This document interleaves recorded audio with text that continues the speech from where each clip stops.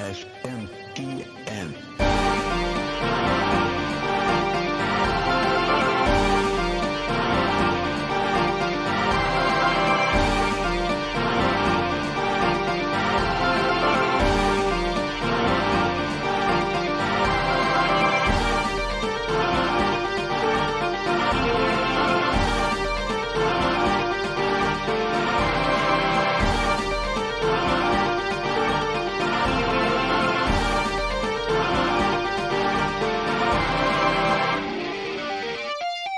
How's it going, everybody, and welcome to Shin Megami Tensei Network Link 353.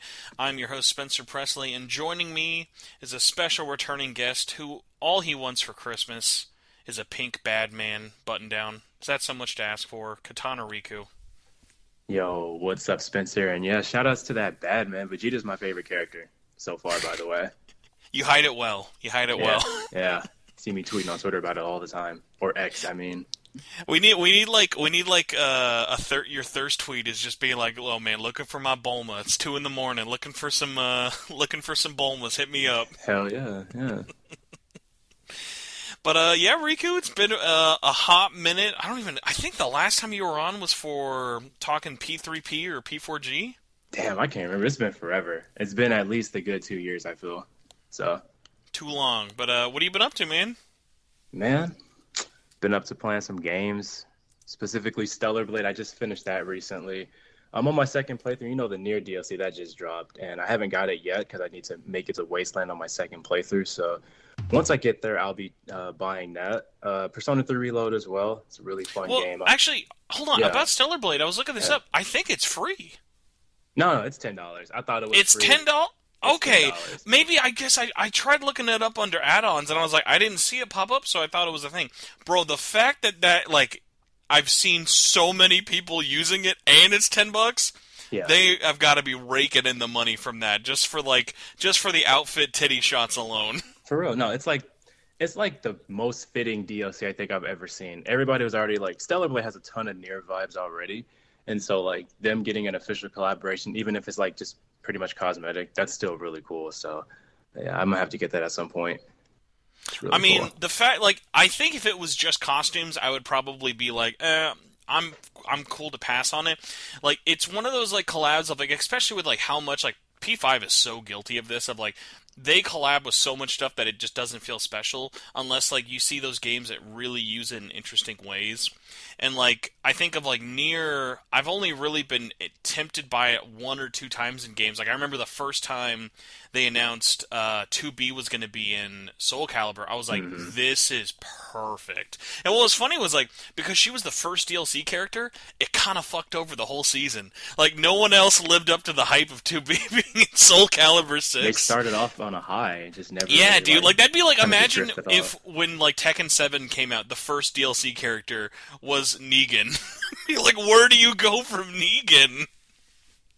It's a little left field. I personally think Noctis is more hype than Negan. I don't really like Noctis. Negan that much, Noctis but is more hype, but Negan got the bit. Like, there was never a bigger "what the fuck" announcement to a game it is than definitely Negan. A really left field announcement for sure. Yeah, like There was no. That'd be like imagine like, okay, the Noctis announcement trailer is like, it shows him and his father dying in front of him. Like, literally, the Negan announcement trailer was the scene of him killing Glenn. Like, you can't get more, like, what the fuck kind of introduction is this? Yeah. No, they did a great job, freaking everybody out with that weird-ass pick. But, it's cool. It's cool. Dude, Tekken 8, though, I'm just saying, Harada, great game.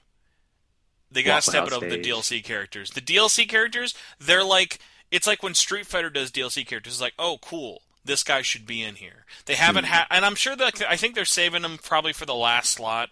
But like, I feel like Street Fighter is definitely guilty of this, but it doesn't need, like, Street Fighter's not known for the guest characters. But like, look at, like, they finally did it with Terry in 6, and like, it's like one of the most popular like characters I've seen come out in a long time. Like, you can only resell me Akuma or Heihachi so many times that I'm not going to get excited. But like, those crossovers, especially for fighting games, and I think like Smash is so guilty of, like, Smash or probably Mortal Kombat, of just like you can't be a big budget fighting game and not have a collab of any kind, Yeah, no, you always want to have like different IPs coming together. That's why I think I don't know. When it comes to Street Fighter 6's DLC, I feel like it should have been more crazy picks, but Terry was expected. Elena was expected.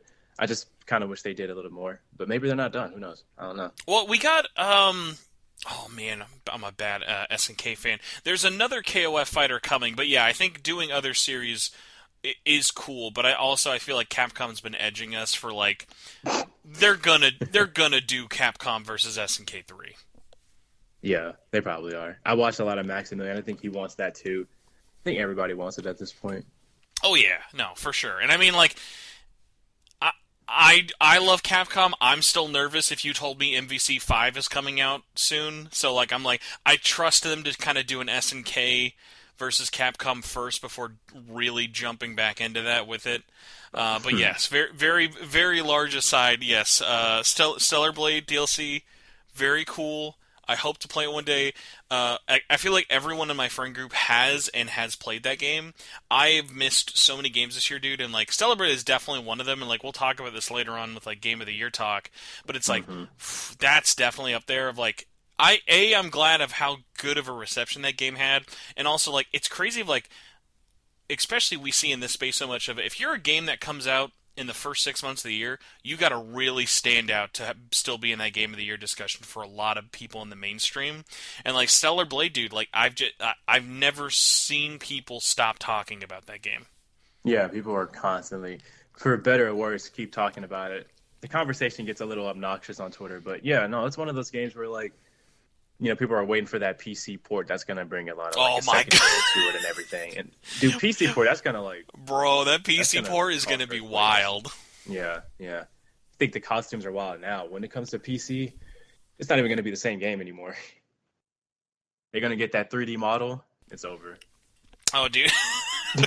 Just like we're gonna have to like be like, hey, I'm looking for a mod. Like like sometimes with like mods, they'll be like, hey, here's every mod you need for Skyrim, or here's every mod you need for this game, all bundled in one. We're gonna find like Reddit posts that are gonna be like, hey, I'm looking for a good mod comp that doesn't have nudes. Is there like any like clothed nude bundles out there I can use? It's gonna be hard to find that as opposed to everything else. Yeah, that's the community that plays. Well, not all of them that play Stellar Blade, but you know what I mean. Day one, dude, there's gonna be a mason jar outfit. It's just you play the whole game in a mason jar that's got a mysterious white fluid in there somewhere. I'm kind of waiting on the CJ mod, Oh my God. Every game that comes to PC is gonna have a CJ What mod. I love about the CJ mods though is it's always just his basic ass PS2 model. No one tries to make CJ look better. It's always like, no, it's the crunchiest looking PS2 model ever. Yeah, it's either that or Shrek or Thomas the Tank Engine. It's gonna be one of those three. And I was like, y'all. I respect it though, They make it work. All right, so we got Gunnar Blade out of the way. What else have you been playing? Yeah, so Persona 3 Reload. I still haven't finished it. I'm in January right now. Damn, bro, fraudulent over here. Yeah, right. That's crazy. You're close though. To be fair though, like January, you're basically at the end. Yeah, I'm pretty much there. It's just like I got to the point where I just have to like go day through day, and it's just I don't feel motivated anymore at this point. So I'm just like going a couple days at a time each session. That's how much I just want to be done with the game.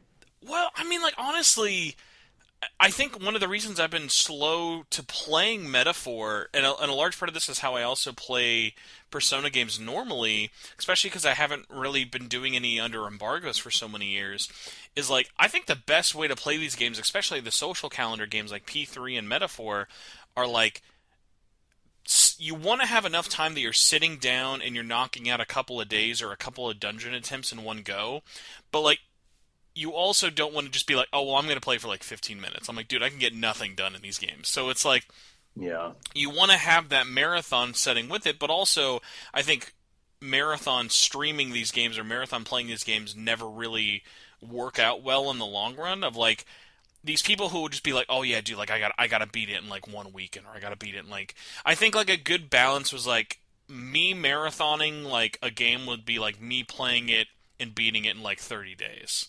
Of like, okay, I'm gonna knock out a couple of really long weekends and then kind of get there with it, but I didn't beat Reload until probably May or June. It was like right down to the wire when SMT5 came out. Yeah, I took a bit of a hiatus on it because lost motivation, and I'm just starting to feel it throughout the whole game. It's just this fatigue because the way the story is structured, which that's a whole conversation. But man, I just want to be done with the game already. I'm just trying to like grind through it so I can just say I beat it and just be done with it. Well, It's a good game, though. I will not recommend. I'm trying to think of how to phrase this. I recommend at some point you play the DLC. I don't know. Did you buy the expansion pack or not yet? Nah, not yet. I would That's say if I wait will. for a sale on it. It'll definitely go on sale at some point. Are you playing on PC or console? PS5. Okay. So yeah, wait for like a sale or something and play it after you've like given the game a good 6 to 9 months and you'll enjoy it a lot more. Because Bet. like I didn't play it for about 3 to 4 months. And even to be fair, I've been playing like nothing but RPGs, especially a lot of Atlus games.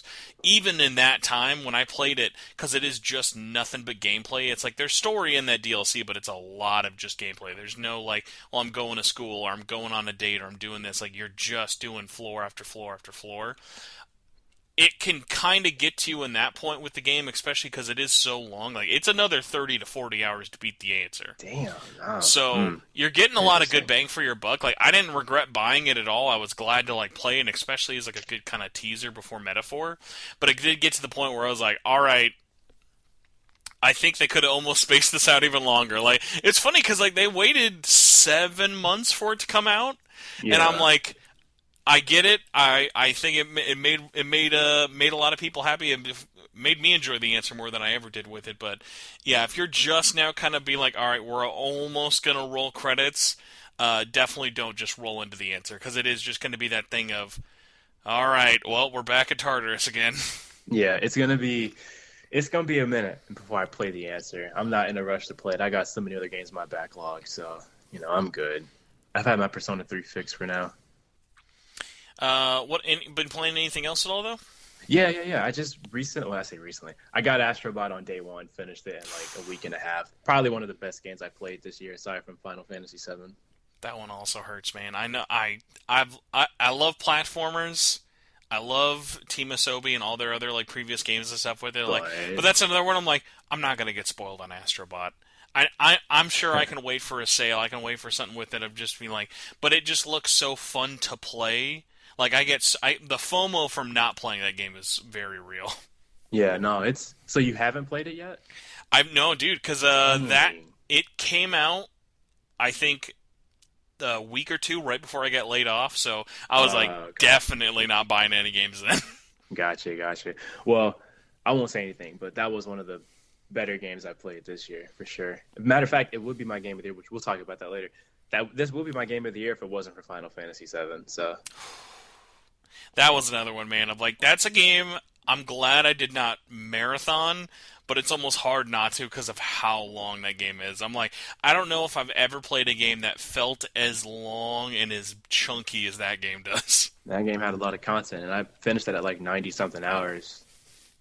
I enjoyed every second of it. I'm not the one who like hates all the mini games. I loved everything. Well, Oh, almost dude, everything I about the ate it. game. I ate it up. Even the funny thing of like the people out there who are like being like showing clips of like the Kate Sith chapter and Mission be like, man, how you gonna nominate this for Game of the Year? I'm like, bro, I loved every aspect of that game. I was like, there was no part in that game I was like, oh no, I'm not really feeling Gungaga, or I'm not really feeling this. Like, even the parts people warned me I might not like, I was like, bro, I love everything in this game. Yeah, that's how it was. Well, Traversal on Gongaga was kind of annoying, but outside of that, that was a top tier game to me. That's in my top like four favorite games of all time. Yeah, it's this year. I feel like I say this a lot, but like I feel like in most times, like you know what, 2020 is a good example. 2020 and 2013 are a good one of like heavy ass years for big games. Like 2020 for example, Last of Us, Persona 5 Royal, and like FF7 remake. And so many other games and stuff with it. I mean, hell, even all the games that came out at launch on like PS5 and whatnot for that year. I remember back in April when I finished Remake, I was like, nothing will beat this for Game of the Year. And I didn't mean that, and they were like, oh, I'm not going to try any other games. I was like, nothing has been able to get past this level of quality of like, I enjoyed it, it was great, it looked amazing, it sounded amazing. And then the fact that like, that's the bar I was coming into it with Rebirth, and we're 9 months after release, and I'm literally we're recording this 9 months like after, because remember it came out 2/22/24. So, Yeah. oh no, not for this one. I was thinking of Strikers, but no, because I forgot. Rebirth came out on Leap Day. That was a really weird thing. It was like it came out on a Leap Day. But even then, it was like, oh yeah, like it didn't have everything against it, but the fact that like it's still like most people who play Rebirth, no one's like, didn't like it as much as Remake. It's like if you liked Remake, you will love Rebirth. No, yeah, I agree. Rebirth took that formula that Remake had, but just blew it up into an entire open world. It feels more like a classic RPG. Well, and it's crazy too, is like, and it's not that thing of like, because remember when we played Remake, it was like, oh man, well, how are they going to make this open world? Because it was so linear, and it made sense for Midgar. But like now, though, like even playing Rebirth, you can totally see like, oh, dude, we haven't even gotten to scratch the surface of like air travel or the rest of the world map, and it's like I remember like that feeling without getting into any spoilers. That feeling though, like when you get to actually control the Bronco, and like you're like, oh, here's just another 80% of the world that you've just never been at. You get to explore. I'm just like, I can't, like, it really feels like you're playing 3 games in one, just with Rebirth. Yeah, it really does. That's why like I'm a little sad that it didn't do as well as like the first game, which that makes sense. Obviously, a sequel is never going to do as well as the That's such a original. Square thing though. Like, give them a week, dude. They're gonna be like, I don't know, guys. Dragon Quest III only sold 1 million copies on its first day in Japan. We were really hoping for 2. Yeah. Like, Square is just always looking for something to complain about. Like, I feel like the sales of Rebirth are more of a PS5 problem than a Square problem. That's how I Like, feel. that's it. That's a like same with 16. There is nothing wrong with those games that affected the sales. It's only because of the realistic aspect of, hey, not a lot of people have the PS5 still, even after all these years, and so there's still a lot of people who might just be like, oh, well, I'm waiting for like a PC port, and I'm waiting for this, or I'm waiting for that. Like, it wasn't because no one wanted to play it, or like people didn't have good things to say about it. Yeah, no, stuff for some reason games just haven't been selling unless it's like a Sony first party. They haven't been selling like amazing on PS5. Like, I mean, there are exceptions. I mean, yeah, Helldivers is the big exception. Like Helldivers, although Helldivers is a wild one. Of that one is like a rare example of it's a Sony IP that sold better on PC. Like there are more players who play Helldivers on PC than PS5. Yeah. No, that game went viral in the same way that like Fall Guys did and like Among Us and stuff. Well, not maybe to that level, but it was pretty popular. And then it kind of tapered off, but it's still popular. But you know, I feel like there's probably other ones with it. Like no, Stellar Blade's a good one. Stellar Blade is a full ass PS5. Like I always forget there was no PC version for that. Like Stellar Blade sold way better than I think even Sony would have expected it to. Like multi-million amount of like copies with it. So like I think Stellar Blade would be a good example of one. But yeah, this year was soft for a couple of games. But then even like what's funny is like a game that came out like right after Stellar Blade that actually sold pretty well, but most people don't think it did because it's not like big by Western standards. Did you play Rise of the Ronin? did not. So Rise of the Ronin is like Koei Tecmo's like fastest selling game ever. Yeah, Like one of their biggest ones with it. And like most people like it's not big by Sony standards, but like that's still their game and they still get money from it, and they were like, "Oh yeah, like this is like one of our biggest successes ever." And that was another one. It's only on PS5. Yeah, no, I really like Ghost of Tsushima, so that game was obviously like something I was interested in. I think I'll just get it later on though, when it's a bit more discounted. I just wasn't interested in it for 70. Well, I mean this again though, like this year I can't think of like a single month where something didn't come out I wanted to play. Yeah. Like even next month, like I still want to play Fantasia. Like I want to play. There was something every single month of the year. Like we had Yakuza, we had Persona, we had Helldivers, we had Stellar Blade. Like every single month there was something to play. This year was crazy for RPGs. I don't know what happened, but yeah, dude. Like I've been telling people, I'm like, hey Atlas, I know you won't. Just take a break next year. Just please, just give us a break. Give us a year. Yeah. But yeah, on the opposite of that, besides obviously playing more Metaphor, I have, for some reason, I've been like jonesing to play my Switch more. I like went really hard last year. Like Tears of the Kingdom really just led to me just like demolishing my Switch with playtime. And I've been like, okay, well, if I want to play something like kind of like we said, like I don't want to play Metaphor for like if I only got 10 or 15 minutes. And I finally decided, I was like, oh, I should sit down and finally beat or work through 3D World. I'd never played Mario 3D World all the way. I bought that digitally like I think a year and a half ago, and I played a little bit. Never finished it either. It's a really fun game, though.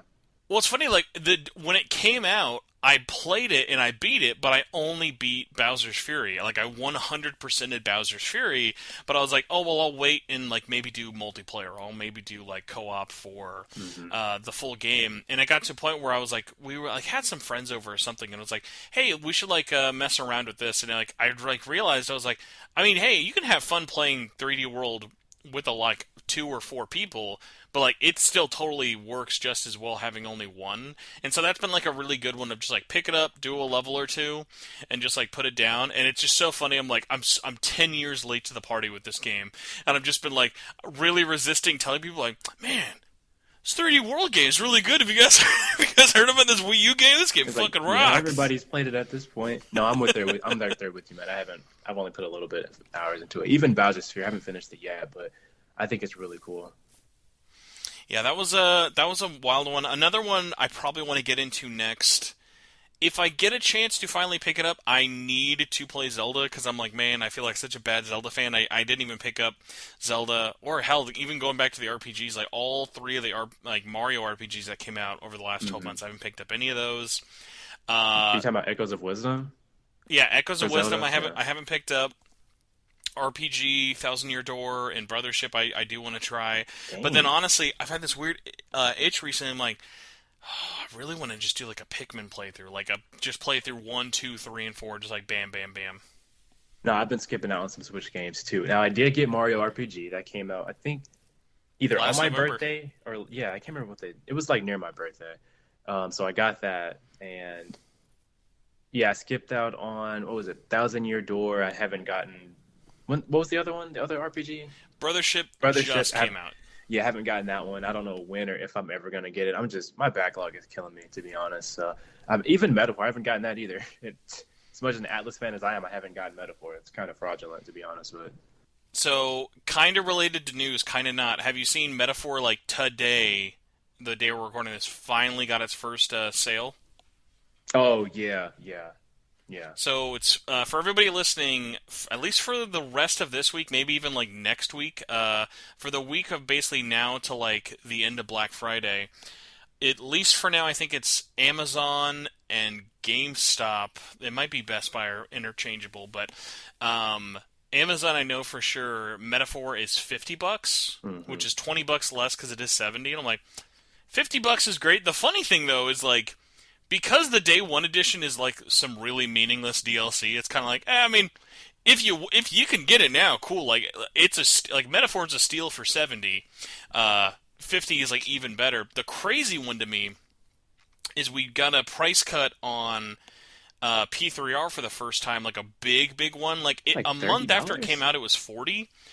For the next week, it's $25, and I'm like, dude, $25 is criminal. I almost want to buy it just to keep it sealed at that point. The one I want to get is they just did a reprint of the PS4 version. And the PS4 version for a while had been sold out. Because obviously more people physically are going to be buying it and playing it on PS5. And the Xbox One, like you can still find the Xbox version pretty easily. But the PS4 version was getting pretty rare. People were selling it for almost like $80 to $100. So the fact that they reprinted it just before Black Friday is like super, super smart. I need them to reprint Final Fantasy VII Remake, the PS5 version. Never gonna happen, dude. It's wild. Like, I mean, I shouldn't say never. Because you know what? The fact that Square...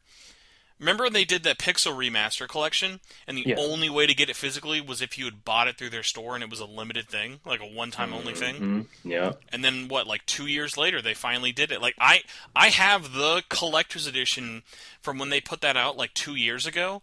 And I bought that, I was like... Even if I had known it wasn't going to be crazy, crazy limited, I was like, I love Final Fantasy. I really want this game physically on PS4, and the collector's edition was like just up my alley. It's like probably one of the most expensive collector's editions I had. Like that game loose on PS4. Because in Asia, you could get it on Switch really easy. Like, they mass-printed it for years in Asia. But on PS4, any copy of that game, like English, ESRB, whatever, any PS4 copy was, like, easily over $1,000 just for the game.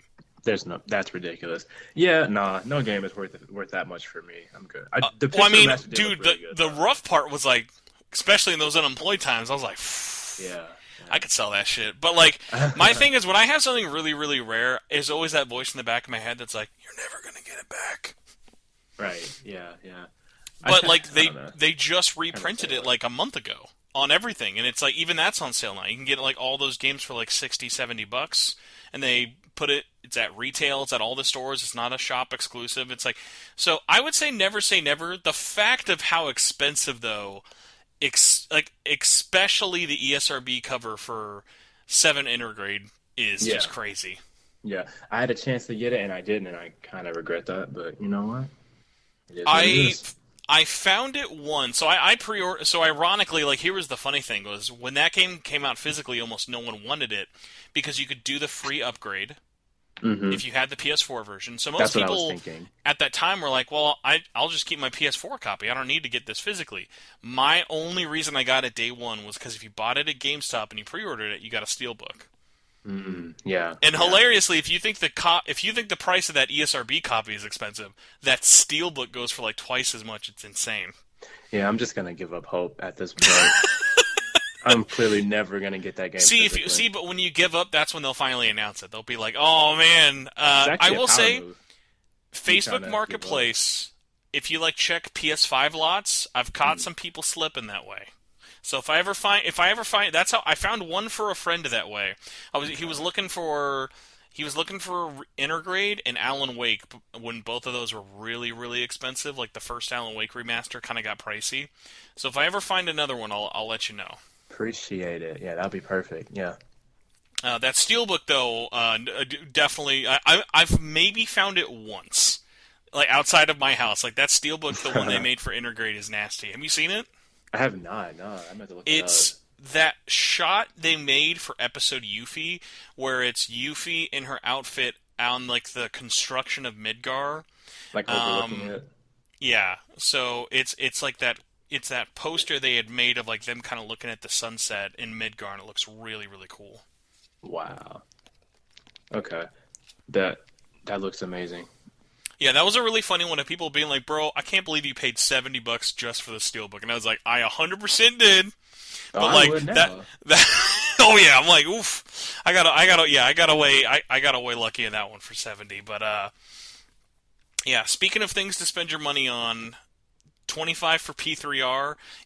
Again, like Rikku said, even if you just like, I just gotta buy this, man. I just gotta add this to the collection. Like, why not? A couple other games are on sale. Nothing too crazy. Unicorn Overlord, that's been on deep discount for a while, but like that's around the $25 to $30 range for that one. And SMT5 Vengeance has been at 30 for about almost like 4 or 5 months at this point. It's now 25, which again, it's like only like another like $5 discount. But if you haven't played either of those, like those are all such a steal at like $25. SMT5 specifically, that's like the biggest deal. That's a heist for that much money. Dude, the crazy thing, the Steelbook editions are still out there. Like you can get the Steelbook edition for like $30 still, brand new. That's one of the best looking Steelbooks I've seen. Maybe I'm biased, but it's one of my favorites. No, dude, I mean, there's some good ones. Like even like I love the one that came with Metaphor. Like I would still give it to the one that I didn't have to pay $200 for. Yeah. But last little bit of news before we kind of get into the show. Talking about buying things, I guess this is kind of related. Did you see, or I guess actually I should ask Rikku, what are your thoughts? This is a safe space, so you can be honest. What are your thoughts on G Fuel? G Fuel? I know. They're kind of like the Funko Pop of drinks. Some people love it, some people hate it. I have no opinion. Is that like an energy drink? Because if it is, I have no It's opinion. Kinda yes and no. So G Fuel is primarily sold, like they do cans for some stuff. They do a lot of video game collaboration drinks. So like they have like a peach flavored drink I think their whole thing is it's all sugarless. I'll like click in the link to like get whatever the thing is for it. But it's basically like, hey, do you want the effects of like an energy drink for gaming that's not going to like have a big caffeine high or like a sugar rush as something like that? And I'd known about them for years. I had finally tried. They did like a Crash Bandicoot one and like a Sonic drink and like a Mega Man one a couple of years back. And I remember I would find them at stores every now and then, like really cheap for the cans. And I was like, oh yeah, this is pretty good. Like I would probably never buy it to keep it at home, but like it was an interesting thing to have, and it was like pretty readily available. But on their website and how they got started was they would do these buckets. Like, hey, have you ever done like protein powder? Yeah, I've had it once or twice. It's like that. So you've got the powder for the drink, you put it in your cup, you shake it up with some water, and then it basically makes the G Fuel from your water with the powder. Okay, yeah, yeah. I've never had it before, but I mean, sounds harmless enough. You're not gonna die from it, thankfully. But yeah, it's just like kind of one of those weird things of like, hey, they do a lot of collabs, like they've done like Elden Ring, Resident Evil, given another 12 months, there'll be a Stellar Blade bathwater flavor. I'm calling it now. Oh, like they collab with like everybody and anything, like yeah. anime. Dude, there are like 19 Dragon Ball G Fuel flavors. Like I'm not even kidding you. Wow. Okay, yeah, I'll keep an eye on it then. I mean, I didn't know anything about it before, but for sure, yeah. So what I'm sorry. So you missed when they did the P3 one. Yeah, absolutely. I didn't even know they did that. You should try and look this up on your phone just because I'd be curious what you think of. Doing So that right now. they did a P3R1, and I'm not going to lie to you. The only reason I wanted to buy this, the flavor could have been like poo-poo water, and I still would have bought this thing. The cup was the only reason I wanted to buy it. The cup looked clean as hell.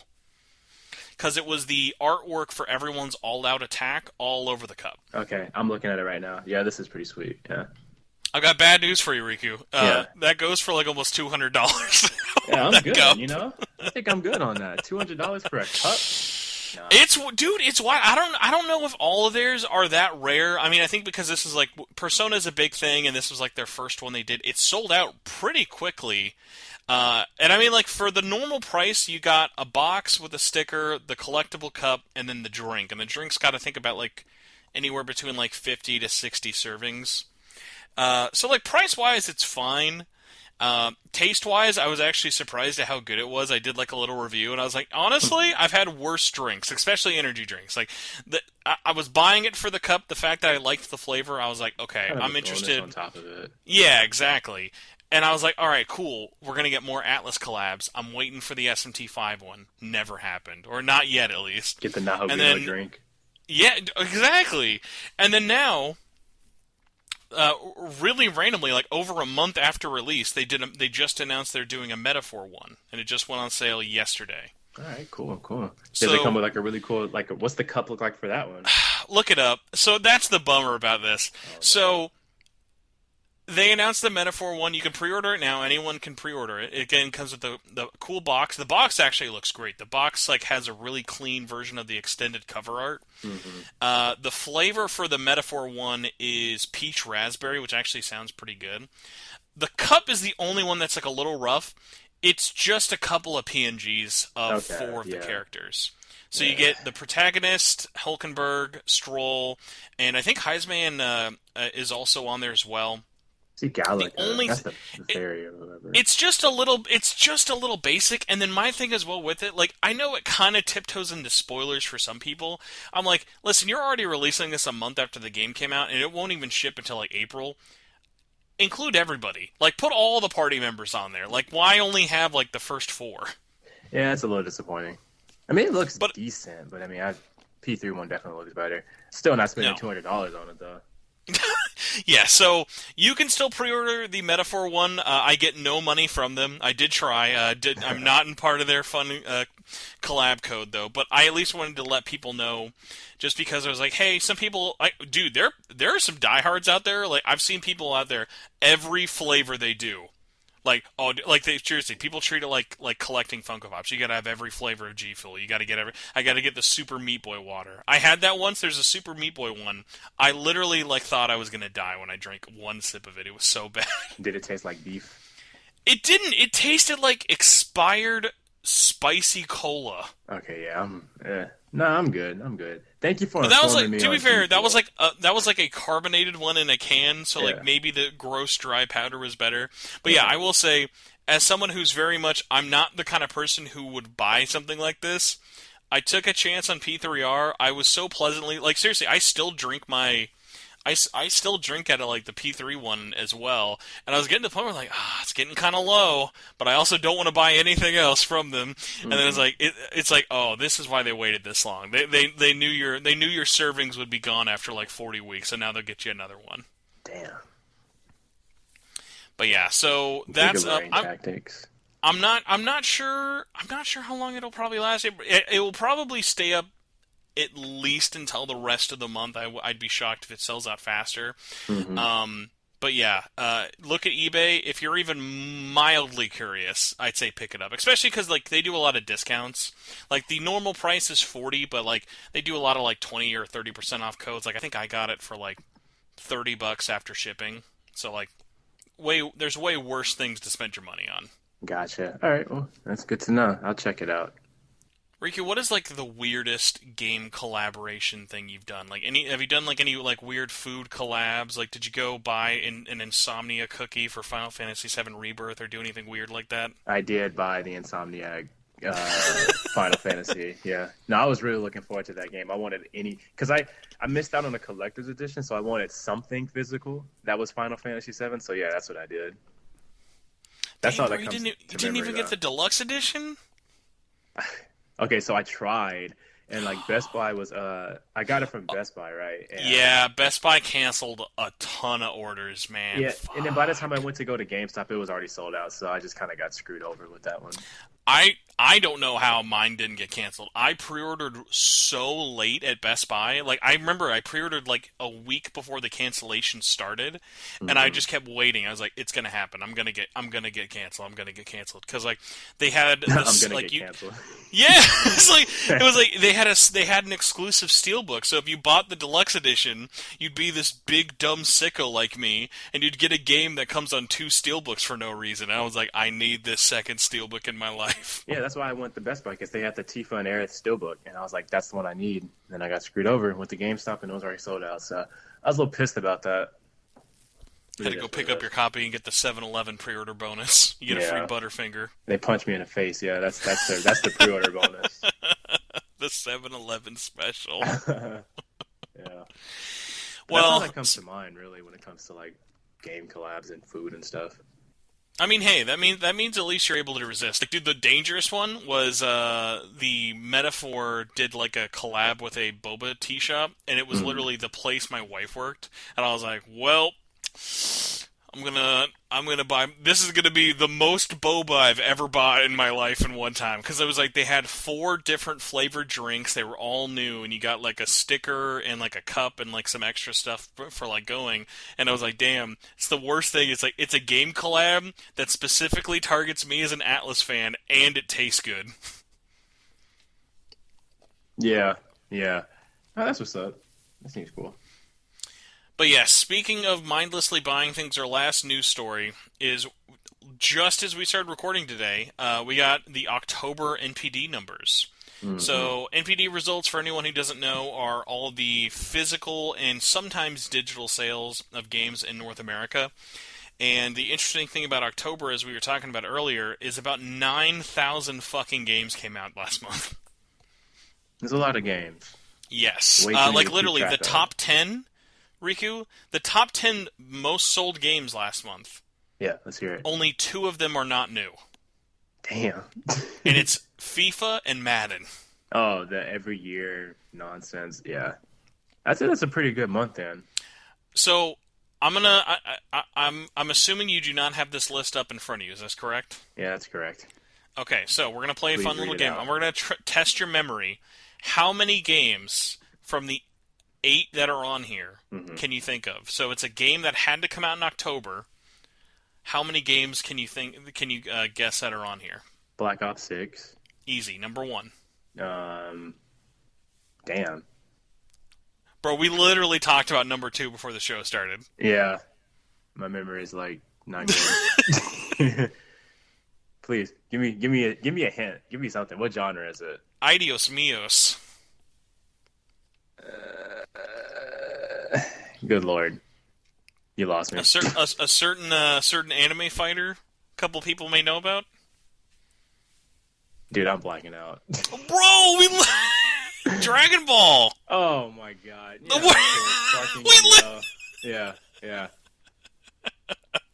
Sorry oh my that. God. Audience. Bad no, dude. Yeah. You've lost your Saiyan pride. Vegeta Dude, would be very disappointed in you. You do me like you did Kaba. Nah. No, okay, so yeah, you said Dragon Ball Sparking Zero. In that case, yeah, also Metaphor, because we were talking about that tweet that was saying Dragon Ball was cooked because of Metaphor. Mm-hmm. I was like, that's completely misguided. All right, so you got 3. You got 5 more. That's all I got. Oh my God, dude, you got at least one more. All right, I'll give you one more hint. There's a Sega game, a PS5 exclusive, and a Nintendo first-party game. A Sega game in October? In October. What? Oh. New trailer coming out this week. There's your hint. Oh my god, I can't remember anything right now. Oh my god. All right, we're going to do the rundown. I'm going to do... Okay. We'll go from... I don't think there's anything really that surprising on the 20 to 10. Quick highlight. Oh, actually, fuck yeah, there is one. So, remember we were talking about the Pixel remaster? Yeah. That cracked the top 20. Wow. So it went from... Because remember, it was only selling digitally because they did that one-time print run. Yeah. The Pixel Remaster Collection, which, mind you, when it came out at launch, even in this physical version, when it came out at launch, is a $75 game. Yeah. Mm-hmm. It launched at 19.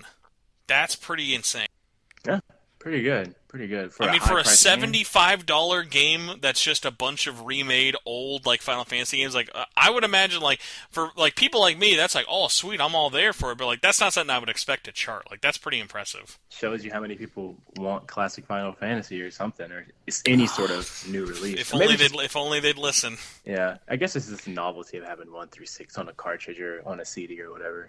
Yeah, having it all physically is definitely like a big boon to it as well. Speaking of Square Enix, though, Life is Strange actually ranked 1 higher. So Double Exposure, the new one, came out in 18th.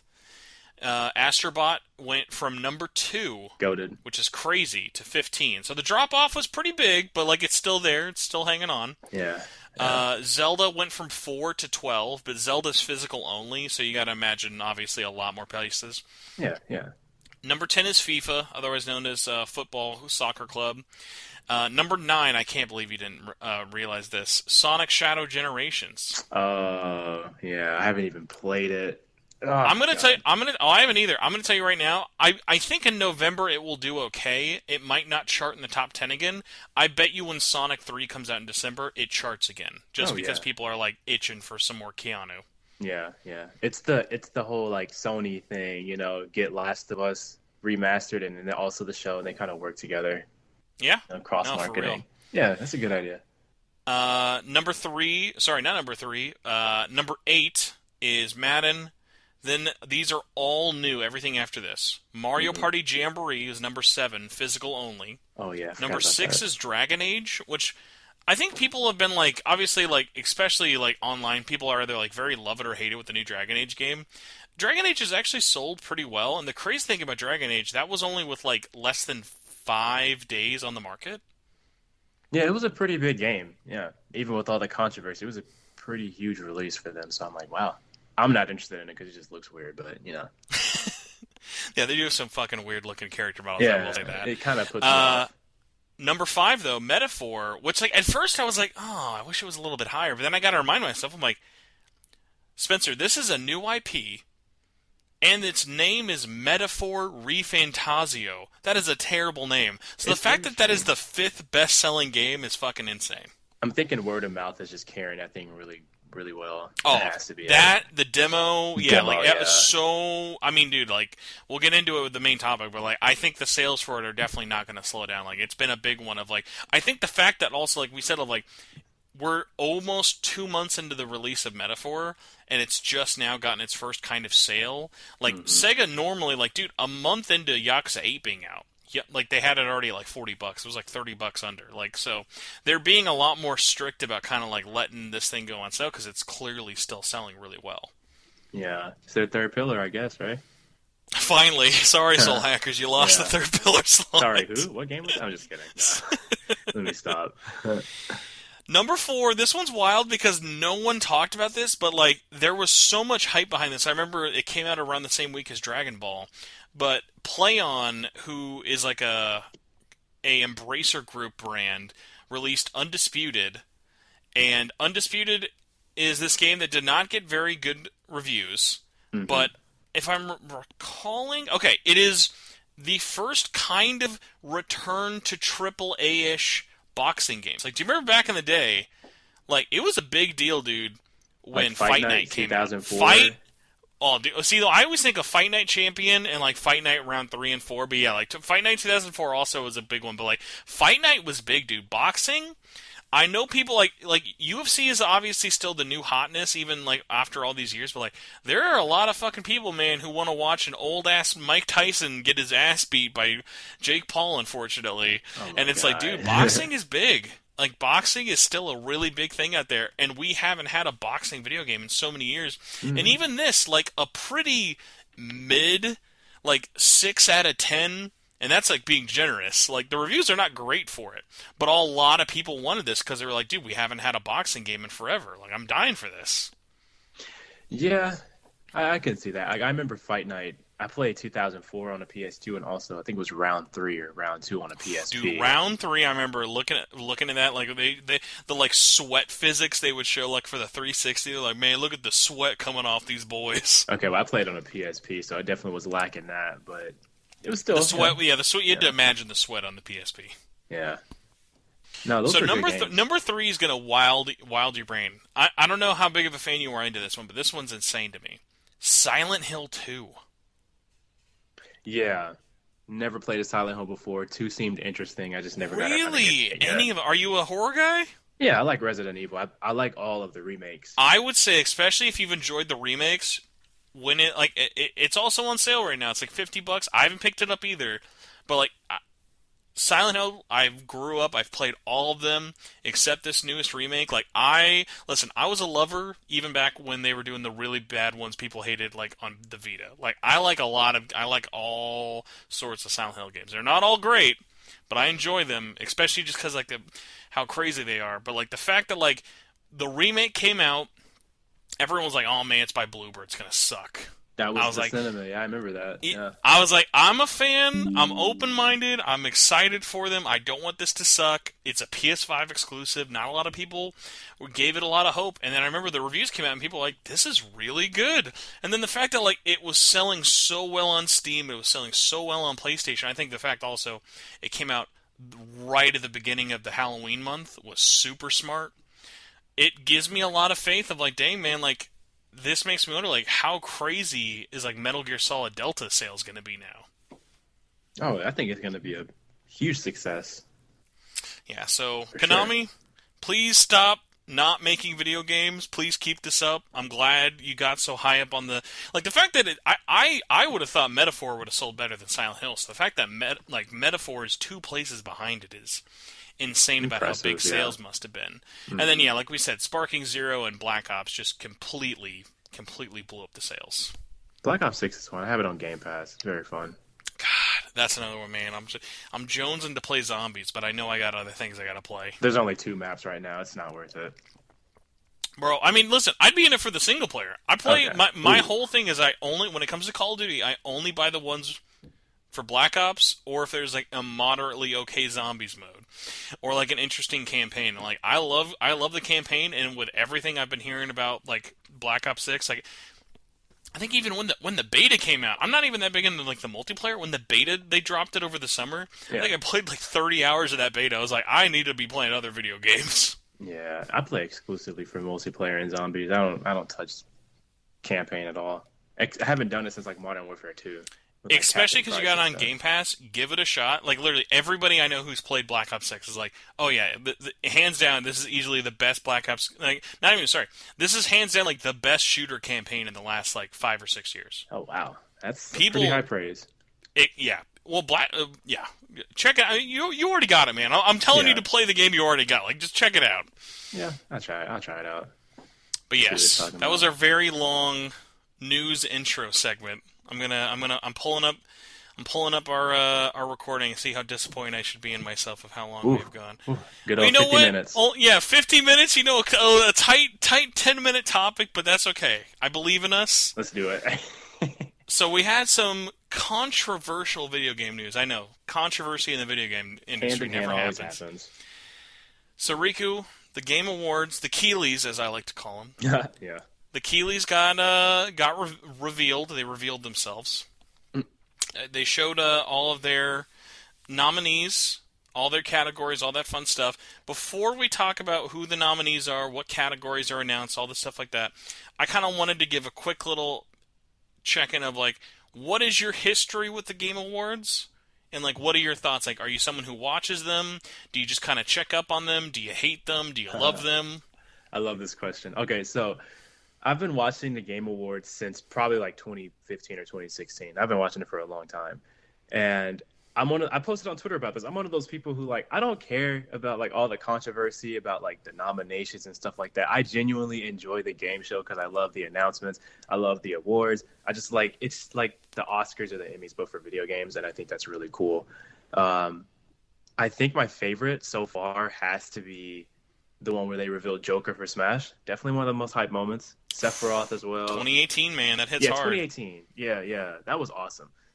What else? No, and yeah, like, it's just a lot of work that goes into it. I love it. I love the orchestra that they do for all of the nominations, and they just put it all into one song. I think that's awesome.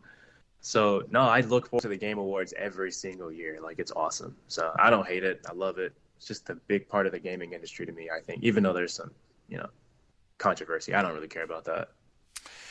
I think I fully in agreement with you, but also my big one, as it's happened over the years, is, like, I feel like, especially, like, the internet and Twitter and YouTube especially has been really bad about it, like, the last 2 years. They've made it very popular of being like, oh, well, I can hate something the most, or, like, I'm the biggest hater of X. Like, if there's no other blah blah blah, I'm still the number one hater. Like, it's very popular to hate. It's very popular to be, like, the negative Nancy about anything that's kind of popular. And listen, I've been watching the Game Awards since they were on fucking Spike, dude. When they were called the VGAs, you had to watch it. There were a bunch of, like, they'd roll Stan Lee out. They'd have some, like, big titty hooter, like, models out there giving awards to Metal Gear Solid 3. Like, I've been watching this for, like, 20 years, and, like, it's gotten so much better over the years. I've always really enjoyed it, even without the world exclusives. Because, like, the biggest part, I think, that everyone always kind of forgets about the Game Awards, you're really there for the trailers. Like, we kind of treat this like our end-of-the-year E3. That's how I feel, yeah. It's like, I know E3's not a thing anymore, and that's just kind of what I look forward to, because it kind of has that same vibe where a lot of people in the gaming community just come together to watch it, and I think that's awesome. So, no. I just think that a lot of people are just, like they're just, and they can have their opinion on the award show, but it just gets kind of lame just seeing people just being super negative about it all the time. I'm like, just enjoy the games, or just don't watch it. And they'll hate on it and then tune in every year at the same time. Oh yeah, the hate watch. The hate watch is so funny, dude. The hate watch is, like, absolutely so wild. Of like, oh, Jeff Keighley he did this, and the Game Awards sucks. I'm gonna tune in every single year and watch it. Like, right, chill out, crazy. So here's my big thing, though, especially when it kind of comes to the Game Awards, that, like, I can't believe how much of a thing this still is. But before we even talk about the Game Awards, because really, like you said, it is like it's like our big industry award thing. It's not the big industry one, like, but it is definitely one of the bigger one, if not the biggest. Okay. Of at the end of the year, we get together, we talk about all the games that came out over the last 12 months, and we vote. And it's supposed to represent a good swath of what the community and critics think is the game of the year for that year. The big problem either with communication or how people talk about it is everyone treats it. I mean, I even called it the Keeleys. But, like, Jeff is not voting on these fucking games. Yeah. Jeff is putting the show on. Jeff is putting the money up. Jeff is hosting. Jeff is not doing the nominees. So, like, if people don't know, the way that the Game Awards pick their, like, Jeff and all of them, he has a committee who works with them. They pick the categories and they go through all the stuff of like, okay, well, what categories are we going to have for like this year and stuff like that. And then they work with a bunch of juries who are usually influencers or entertainment artists or people like who work at like whether it be like small or large organizations like a GameSpot, Giant Bomb, IGN, stuff like that, or even like newspapers and things like that. Yeah. Like they reach out to a pretty good-sized audience, but I'm going to read off some of these names.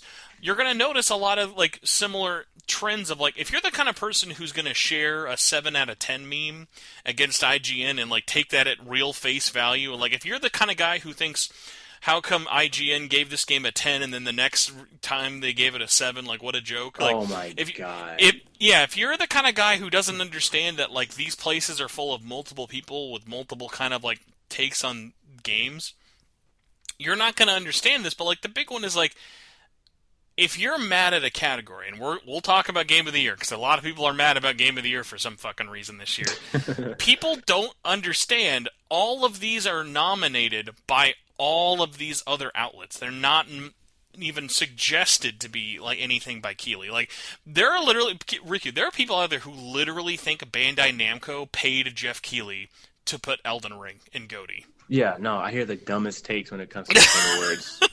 Yeah, people don't understand. It's not just him. Same with IGN. Every review is like personal, or they come back for different reviews, but it's not the one guy who's like giving this score a 5 and giving this game a 6. And it's like, how is that? It's different opinions.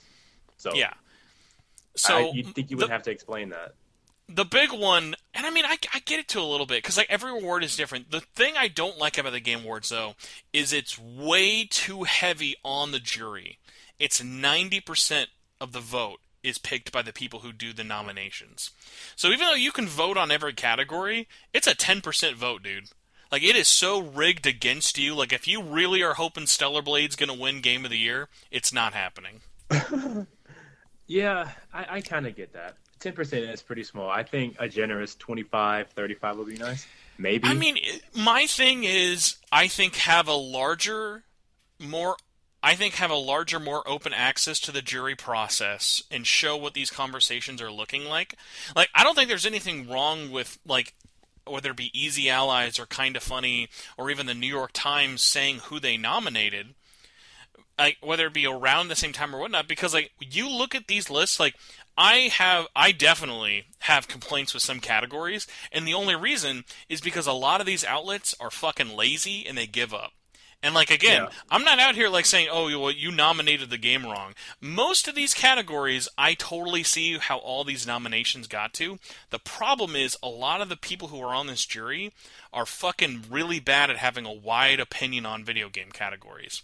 It's like the same time of, like, when you see, oh, who's esport content creator of the year, and your eyes fucking roll over, like, well, I don't care who's playing League this year. Well, guess what?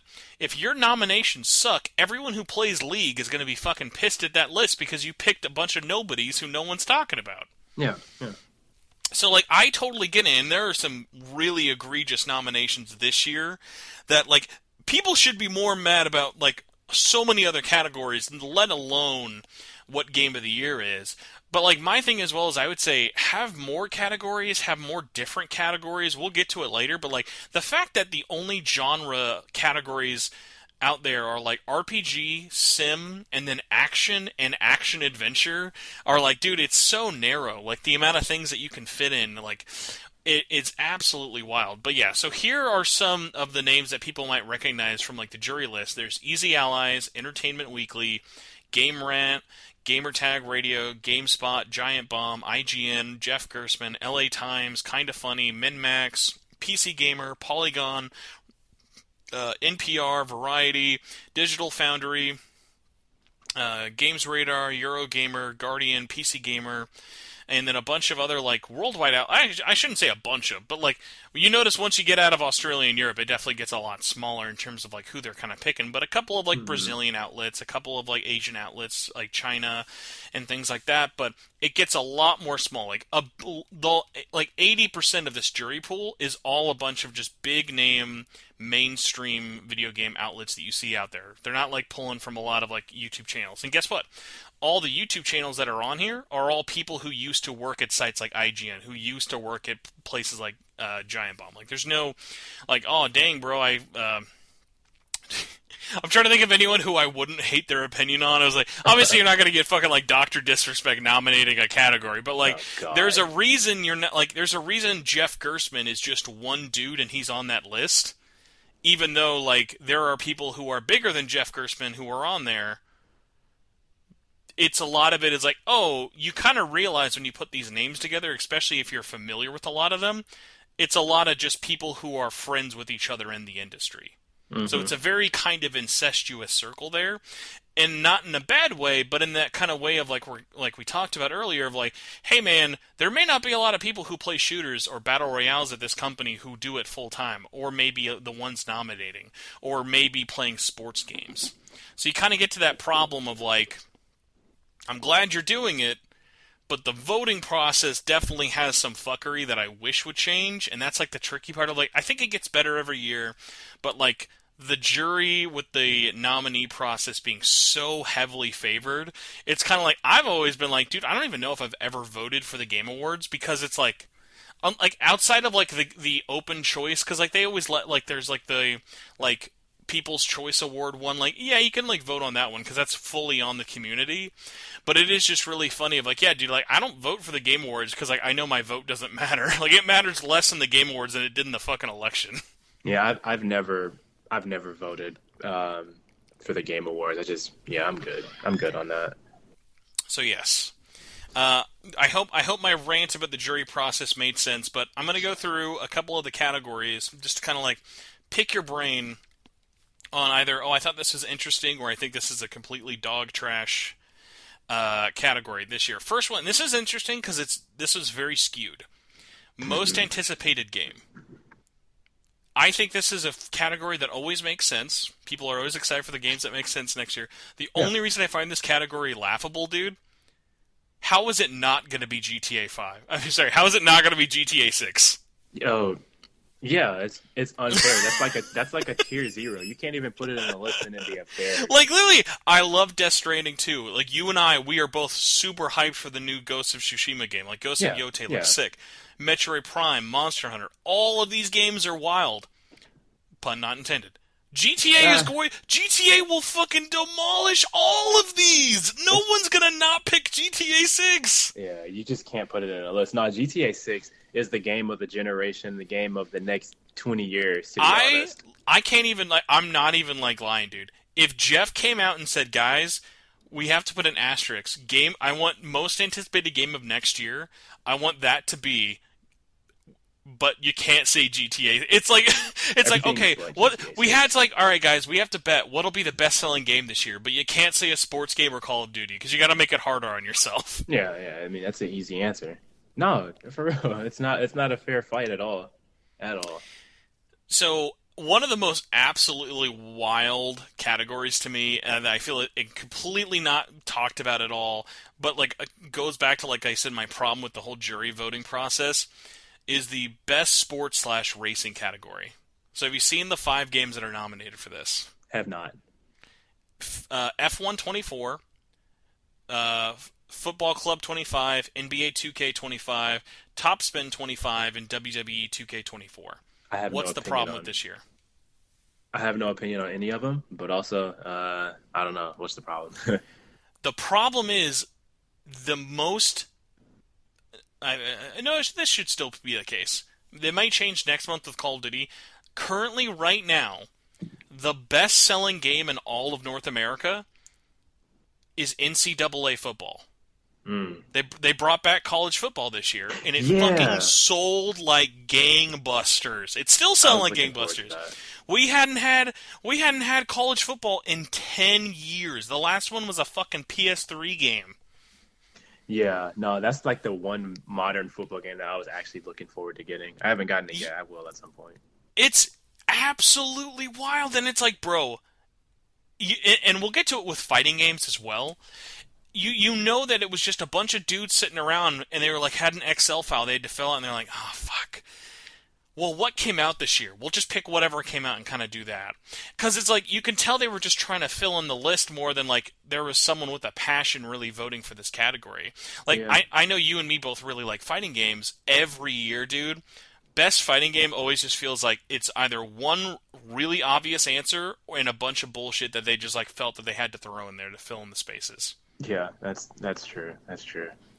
So, Which, by the way, it's Street Fighter 6 for me. That's my favorite at the moment, even though it didn't come well, out. that was 2 years ago, so you can't say for this year. Damn, I got nothing, man. Bro, Dragon Ball! Well, you haven't played it, though. So Yeah, I haven't gotten it yet. I'm gonna finish Super, and then I'll get around to getting it. That's true. You don't want Spark and Zero to spoil you. So, Yeah. fighting games is a little bit better this year, but there's a game that literally released last year on the list, which is not a great sign. So here's the top 5 for fighting games. It's Grand Blue Fantasy versus Rising, which is an expanded version that came out last year, but was technically after the cutoff, so you could do it. Multiverses, which I think is safe to say everyone kind of got sick of that game when they brought it back. Like, Didn't even touch it. I wanted that game to succeed, but, like, yeah, dude, nobody talks about multiverses, like, anybody. Yeah. Marvel vs. Capcom Fighting Collection, I think there's an argument for that, but I don't think it's going to win just with how stacked the list is. Then you have Tekken 8.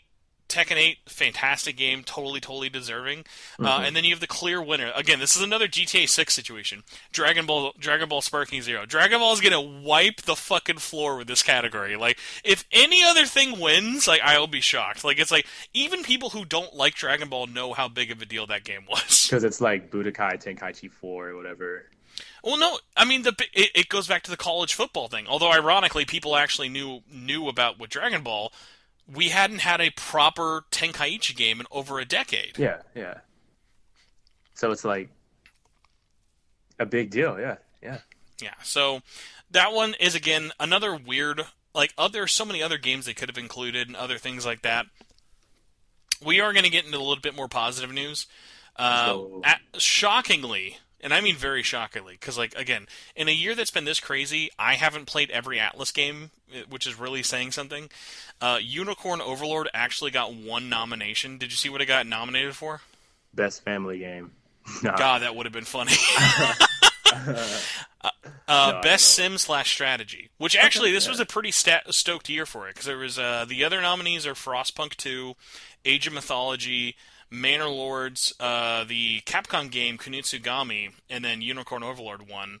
Sorry, not Unicorn Overlord won. I don't think it will win. Like, this is a really tough category in the sense of, like, these are all really good games, but really different strategy games. Like, that's a tough one. I almost think Kunitsugami might win just because a lot of people talked about it, and a lot of people really liked it. It didn't sell great, but it, like, sold pretty well. I feel like I heard more people talk about Frostpunk or Kunitsugami more than Unicorn Overlord. I was just shocked that that got included at all. Like, had you played any Unicorn? No, but I was looking into it because it's Vanillaware, and it is Vanillaware, right? Yep. Yeah, and I really like 13 Sentinels a lot, so I wanted to check that out at some point. A couple other ones I wanted to pull out. If there's any, like, categories you want to bring up, let me know. A tough one of, like, I have no complaints with any of these nominations, but literally was so bummed that there are so many people I wished were in here. Best performance was rough. Brianna White, who plays Aerith in Final Fantasy. Hannah is, I think, the protagonist of... Hannah Tell is the protagonist in Life is Strange. Humberly, I guess that's her name. Humberly Gonzalez is the main protagonist in Star Wars Outlaws. Melina Jurgens is Senua from Senua Saga, and Luke Roberts, who's James from Silent Hill 2. Like, super stocked like thing. Like, none of these are like, oh, I don't really know. The tricky part is, again, because we've had so many good games this year, I'm like, oh my god, well, they should have had this, or we should have had this, or like so many things from it. Like, I know Metaphor and Persona especially, so many people are like, no one from Persona was in here. Like, they were so shocked.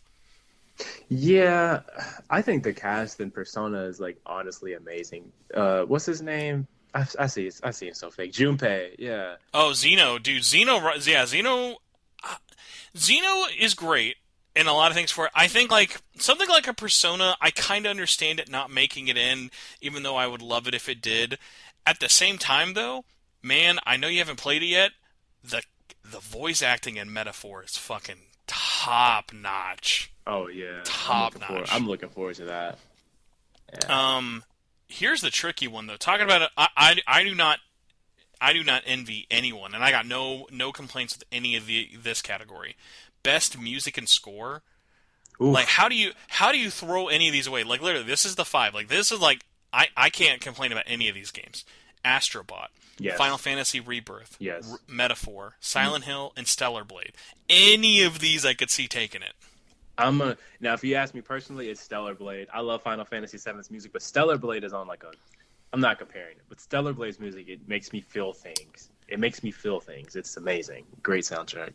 So I've only played the demo, but I have heard bits and pieces of the soundtrack just to not be spoiled. I will say the thing that I think stops Stellar Blade from winning, if it was a fan vote, I could see it win.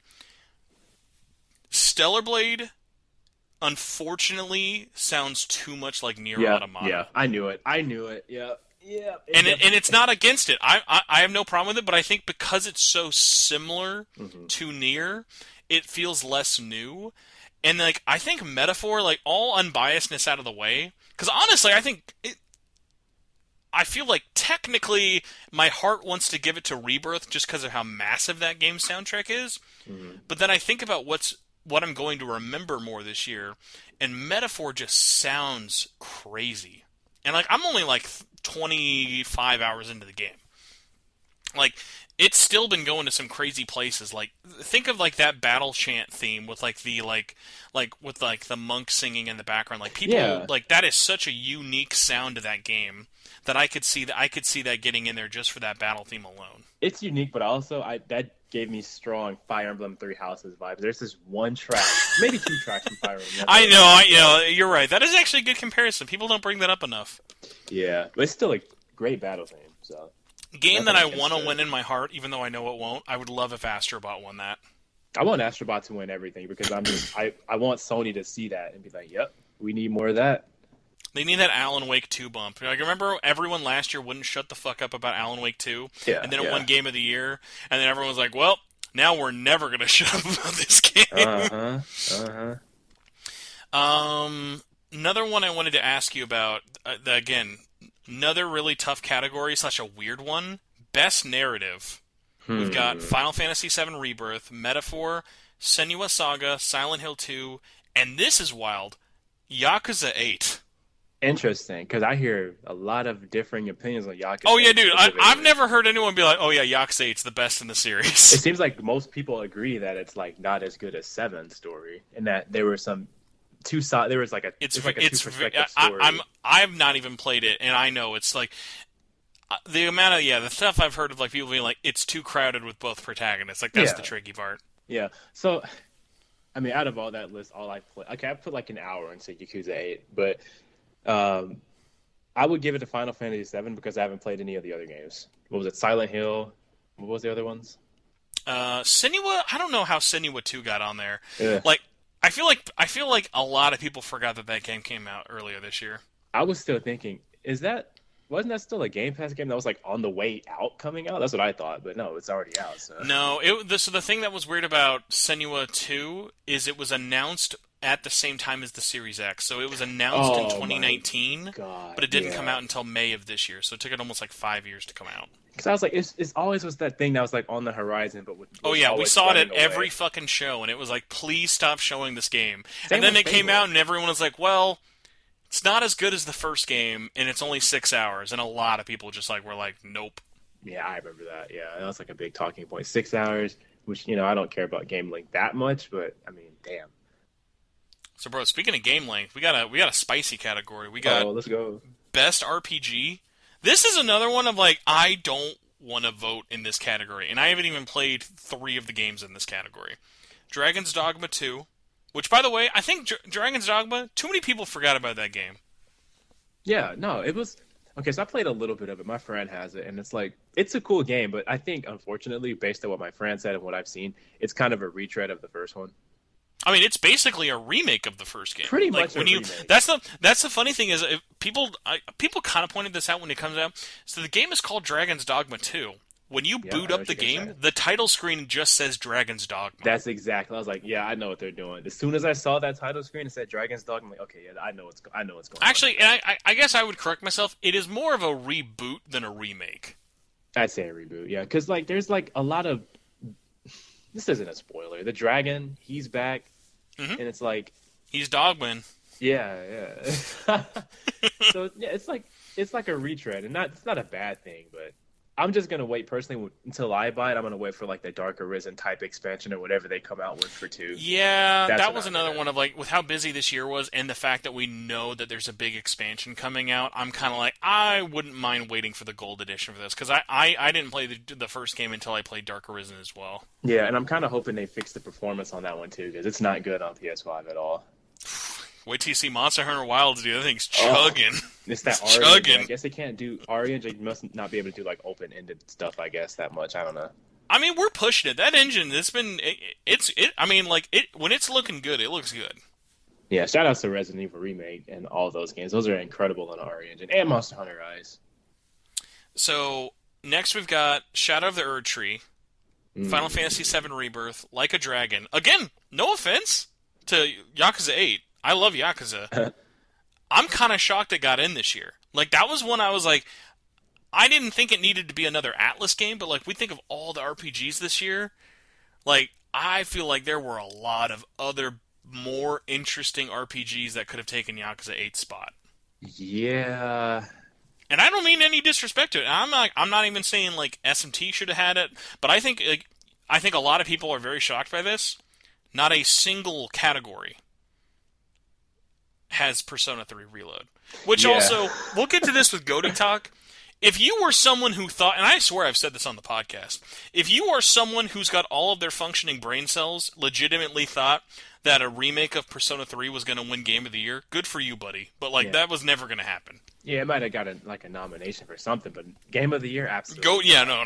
Like, listen, if we top out, if the best game we can produce is P3R this year, then they must have stopped making games after February. Has to be, yeah. No, I didn't think it was ever gonna like win Game of the Year. No, I just thought it was just gonna be a really solid game, maybe a nomination for something, Best RPG or something, but not Game of the Year.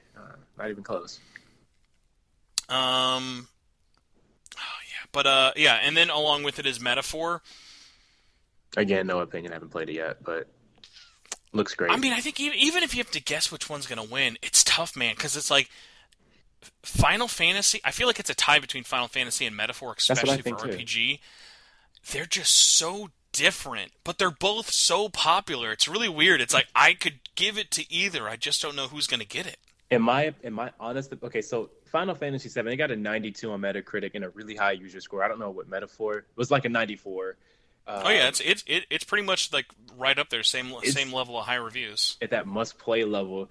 It's really there. It's really high scores, but I just think that Final Fantasy VII is gonna get it. I just think the brand itself. That's true. It's You gonna got the carry it a little you got bit. the nostalgia on it too. The nostalgia, the story, and all that stuff. I think. Well, I can't compare. I still haven't played Metaphor, but personally, Metaphor's a new IP. I think sort of kind of new, whatever.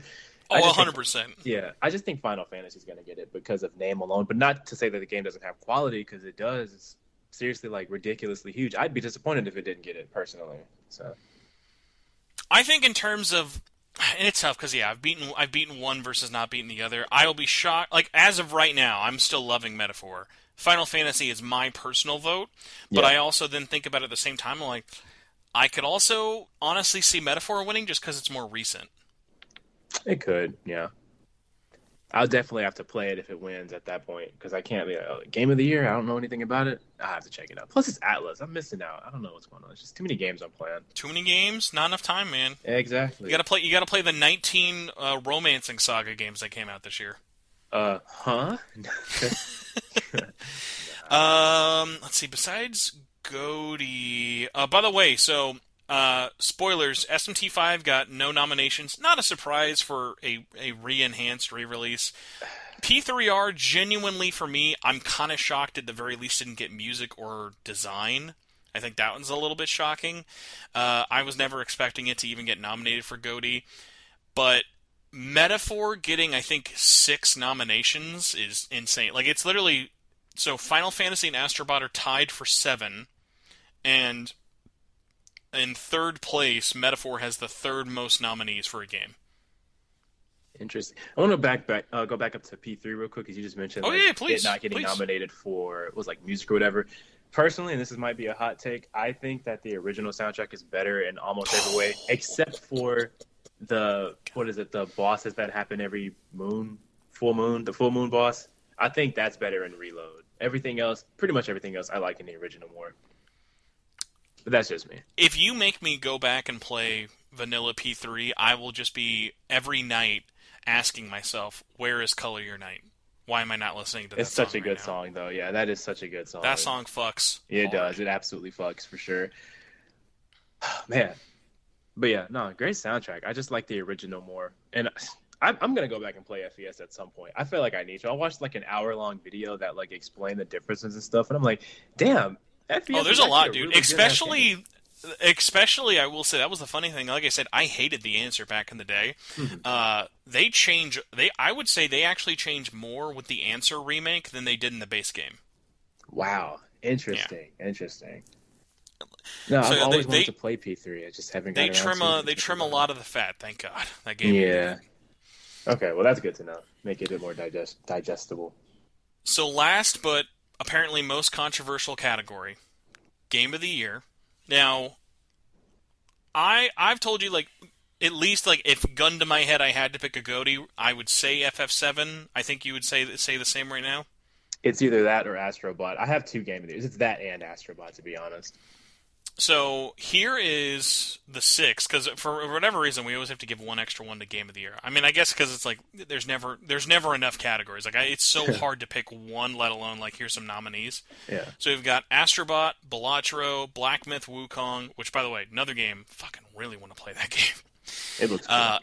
Elden Ring, Final Fantasy VII, and Metaphor.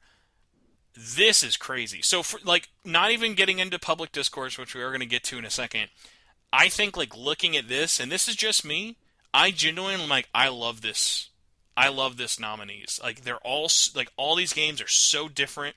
We've got two really big JRPGs. We've got an action RPG, we've got a turn-based RPG, we've got two Souls-likes. We've got, let's see here, 1, 2, 3. Yeah, 3 of these are all new IP. Black Myth, Balatro, and Metaphor are all first-time entries. They're not big sequels or series. Mm-hmm. Astrobot is technically a series at this point, but even Astrobot being there, I was I knew, and I always knew, Astrobot was going to be great. I was I will pay whatever it costs. I will play Astrobot. I know I will love it. This team, that team is so talented, man. Yeah. These fuckers know, man. When you're bringing Ape Escape to your game, you know you got a good team there. Dude, you're finna make me cry. No.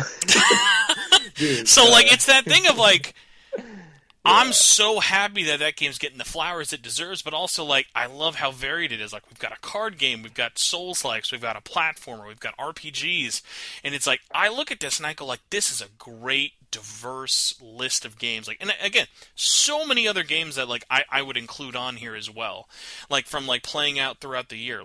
Not even, getting it, we've got a Zelda this year. We've got so many games that have been put out and everything for it. This is going to be such a tough year. Once I actually get to play everything I wanted to play, this is a crazy one. But when I saw this, my personal reaction was oh, that's a cool lineup. It really makes me kind of think. What was your takeaway when you saw the nominees for this? I was really happy personally to see Astrobot because, like you said, I'm the same way. I've been looking forward to this game for years. I've been making videos on my channel, following the restructuring of Japan Studio to the rise of Team Asobi and things like that. And Astro's Playroom was just perfect. And Astrobot is the most polished game I think I've played in quite some time. Plus it has Ape Escape stuff in it. I want a game with Ape Escape content to win Game of the Year personally. So, that's how I feel. It's the return of the monkeys. Yeah, bring them back. And then also Final Fantasy VII Rebirth. That's, like I said, those are both my games of the year. I think Rebirth is a better game overall. I had more fun with that. But Astrobot, you can't even compare them. It's a different kind of game. But Astrobot was the most childhood throwback. This is the type of Mario Odyssey type game I've wanted from Sony for the longest time. So bro, I was really happy about that. You know what? The poor kid in me, that's probably the real reason I've been playing 3D World. My broke ass can't afford Astrobot, so I gotta play Mario instead. Yeah, whenever you get the time or the money, whatever, Astrobot is absolutely worth. It'll probably be discounted at some point, but Oh, Astrobot. dude, Astrobot's that's one that's like that's worth the 60 for me. Like it's only Yeah. because it came out right in between Metaphor and P3R. But like the other tricky thing is like I've been like because I really really want to get Metaphor beaten as quickly as I can. I'm not only like okay, I'm not playing any other games besides Metaphor really seriously, but I'm like, no buying other games, no Temptations, Black Ops. You stay out there. You're not going in here. You like, you get it. I know what'll happen if I get Black Ops. Like, because like Mary's even asked me. She'll be like, "Hey, what can I get you as like a gift? Like, do you want like what game do you want?" And I'll be like, "Oh, well, I really want Silent Hill or Stellar Blade looks good."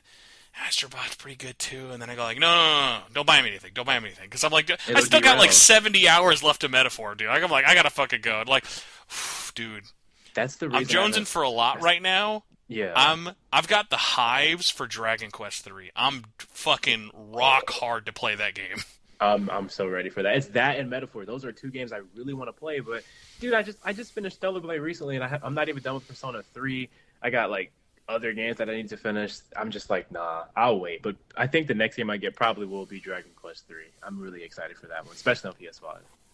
Yeah, so I'm glad you feel similarly for it. I think the two big kind of controversies with this one that I think are so funny, especially just because I think it says a lot of like, if you look at this list and you're like, what the fuck, how is something like Balatro here? I will kind of give you a little bit more credit than the guys who think that Erdtree shouldn't be allowed to be nominated. Because, like, yes, if you look at something like Balatro, you might be like, why is this really simple pixel art card game on here? But if you've ever played Balatro even for like 5 minutes, it is a dirt cheap game. It is super addicting, and it's like that's another one that I'm like, oh dude, I got to be careful. Like I've played it on Apple Arcade and enjoyed it, but I had to delete it, and I was like, no, dude. Like A, I want to play this on PlayStation. I want to get trophies, and B, I know it would be addicting. I would be too tempted to play Balatro. Yeah, that's kind of where I am, where it's like I don't know anything about Balatro. I saw a card game, like, what is this? But I haven't like done any sort of research on it. I just know it's a card game, and that's pretty much all I know. So I can't say too much about it. But I mean, I think again, that's one of those cool game dev stories of like, that is a game made by one dude, And it's Game of the Year. and it's Game of the Year. It's that's kind of like one of those ones. If I forget what year it was, I think it was like 2022 or maybe in 2021. Whatever year It Takes Two won, I was so happy.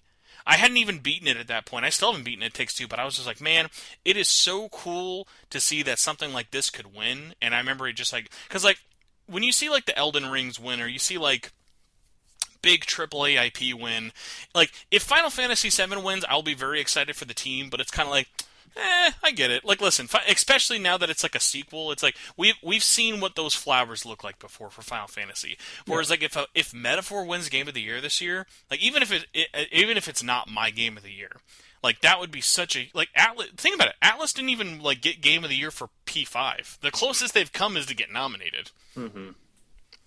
No, that's how I feel too. Yeah, it'd be really cool to see like one of the smaller teams or smaller developers win Game of the Year. But that's how I feel about Astrobot. I know it's under Sony.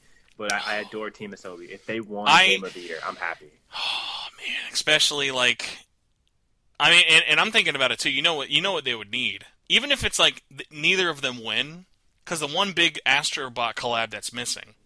What's that? We need Final Fantasy VII and Astrobot. Yeah, just bro, just get it done already. If it's I'm thinking in December, either after or around the Game Awards. I think that's when they're going to put him in. It's so easy to do it. It's just a bot too, right?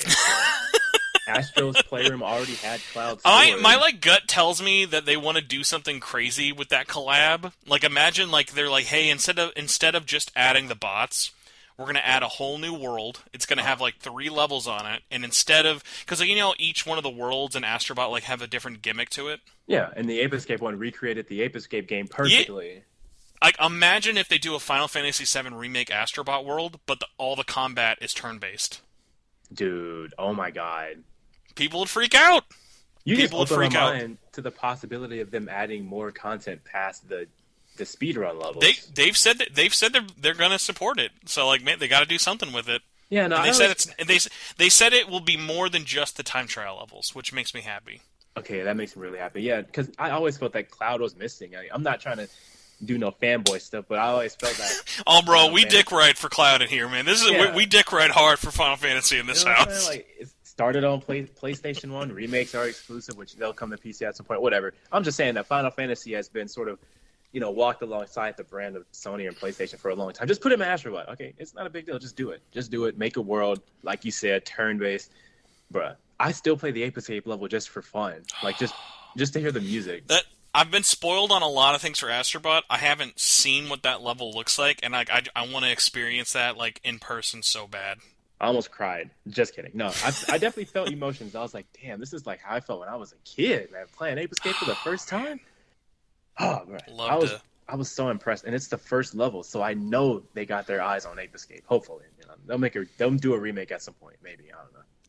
So, the giant Elden Ring elephant in the room here. Mm-hmm. I haven't talked to you about this with it. How do you feel about DLC being something that people can say is a game of the year? I feel like it would make more sense for it to have its own category personally, but also at the 100%. same time, yeah. At the same time, like I kind of get it. If it's like a big enough DLC to the point where it could be sold separately, like a Torna, the Golden Country, if it was something like that, I'd understand. The world deserves to have more Tornas in here. Oh, Torna was stupidly good for no reason. Why did they make the game so good? What were they thinking? I don't know how they did that. We have like a little Xenoblade chat. I was talking about it with Mac today earlier before the show, and we were like, God, man, Torna was just so fucking good. It was absolutely. I wish they had done like the Xenoblade Future Redeemed as like a standalone thing as well, because that's basically. You know what? We talked about that as well, and like that's its own discussion. But like, I totally get why though. When you think about it, like Torna, you can definitely play. Like, you're a sicko if you do this. But if Torna is something you only want to play and you don't want to play too, I understand it. If you play Future Redeemed with no context, you are so fucking lost. Yeah. Like, who the hell are the Blowjob brothers? Who are these fucking dudes? No, you have to Future Redeemed. You have to play all three Xenoblade games and Future Connected. Yeah, I get it. That makes sense. Rikku, I better see you there for X next year. I better see you day one. Oh, dude, absolutely. Dude, you know how long I've been waiting for Xenoblade X Dude, I was considering buying a Wii U, and I was like, no, because the minute I buy a Wii U, they're gonna announce it for sure.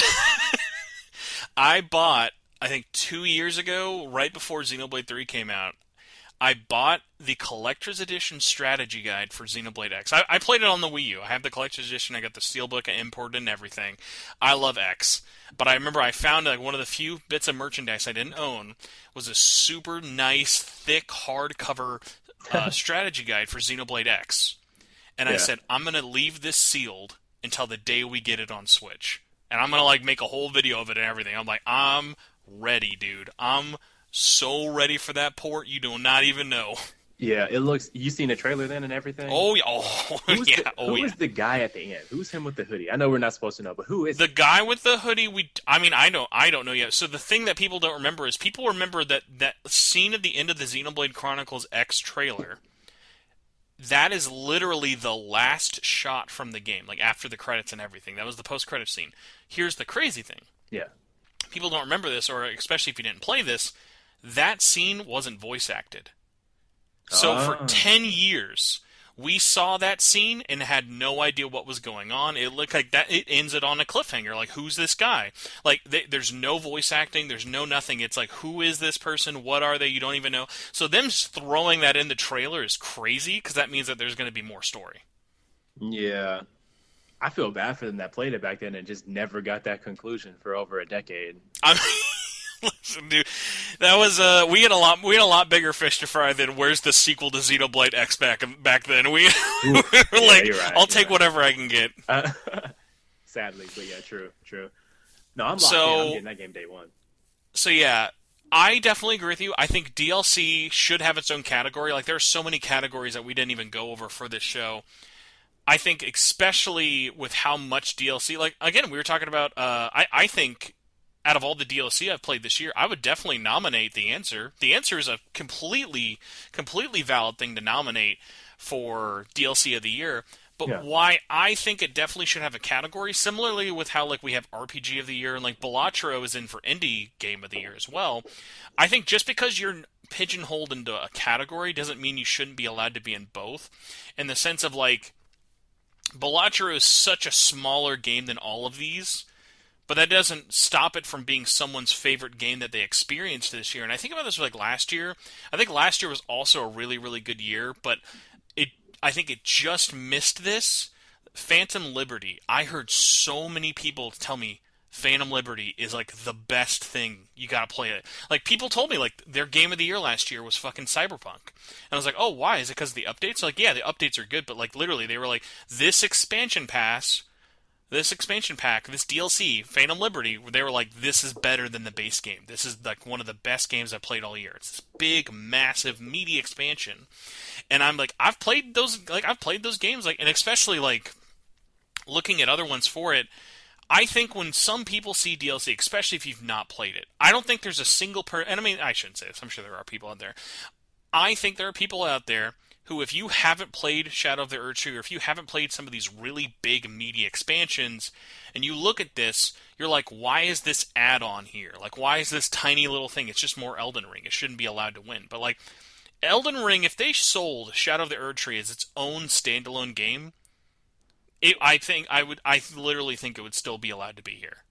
Like, I don't think it being DLC should disqualify it from being allowed to be there. Like, I look at all these games that have massive expansions. Like, think about, like, even with something like a Half-Life Episode 2. Like, when Half-Life Episode 2 came out, people were still calling that to be their game of the year, even though it's literally just more Half-Life 2. It's in the same engine, it's still more stuff, it's just DLC. It's just the way you access it or the way it's executed on your console or PC, that shouldn't matter. Yeah, I can see it from that point of view as well. And you know what the funniest thing about this whole fucking Elden Ring bullshit?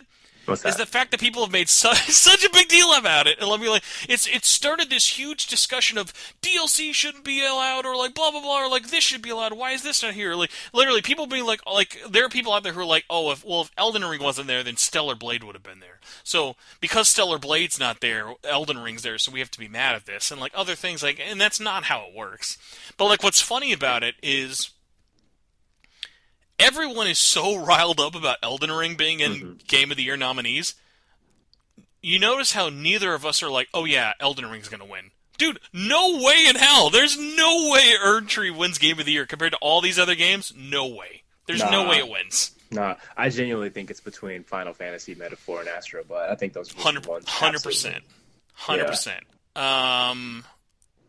Balatra's close. I think Balatra could win if Astrobot, Final Fantasy, and Metaphor do like a three-way tie.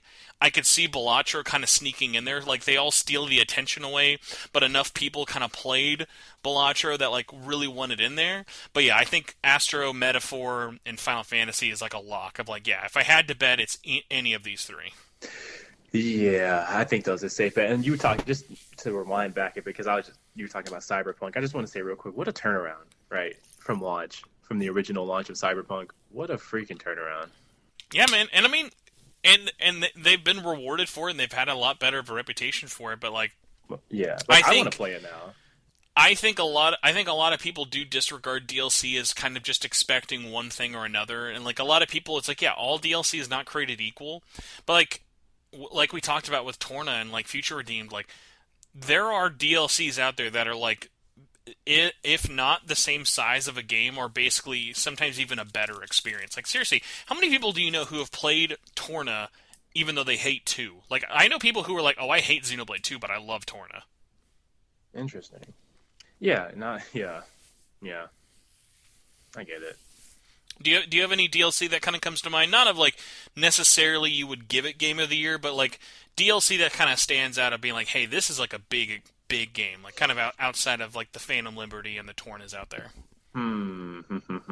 Give me like uno momento. Let me check I have a favorites game of all time. I'm trying to see if I have any games that have DLC. You're like, can I count Tears of the Kingdom as DLC? Is that dude? I wanted to do like a rage bait post on Twitter and get people mad about that, but I decided not. Bro, I mean, listen.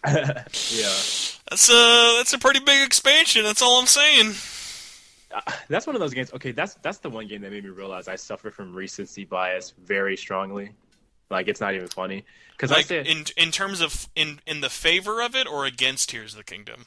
Against it, because like I went from this is a game that ruined Breath of the Wild for me I literally made a video called that to me saying like it feels like just more of Breath of the Wild.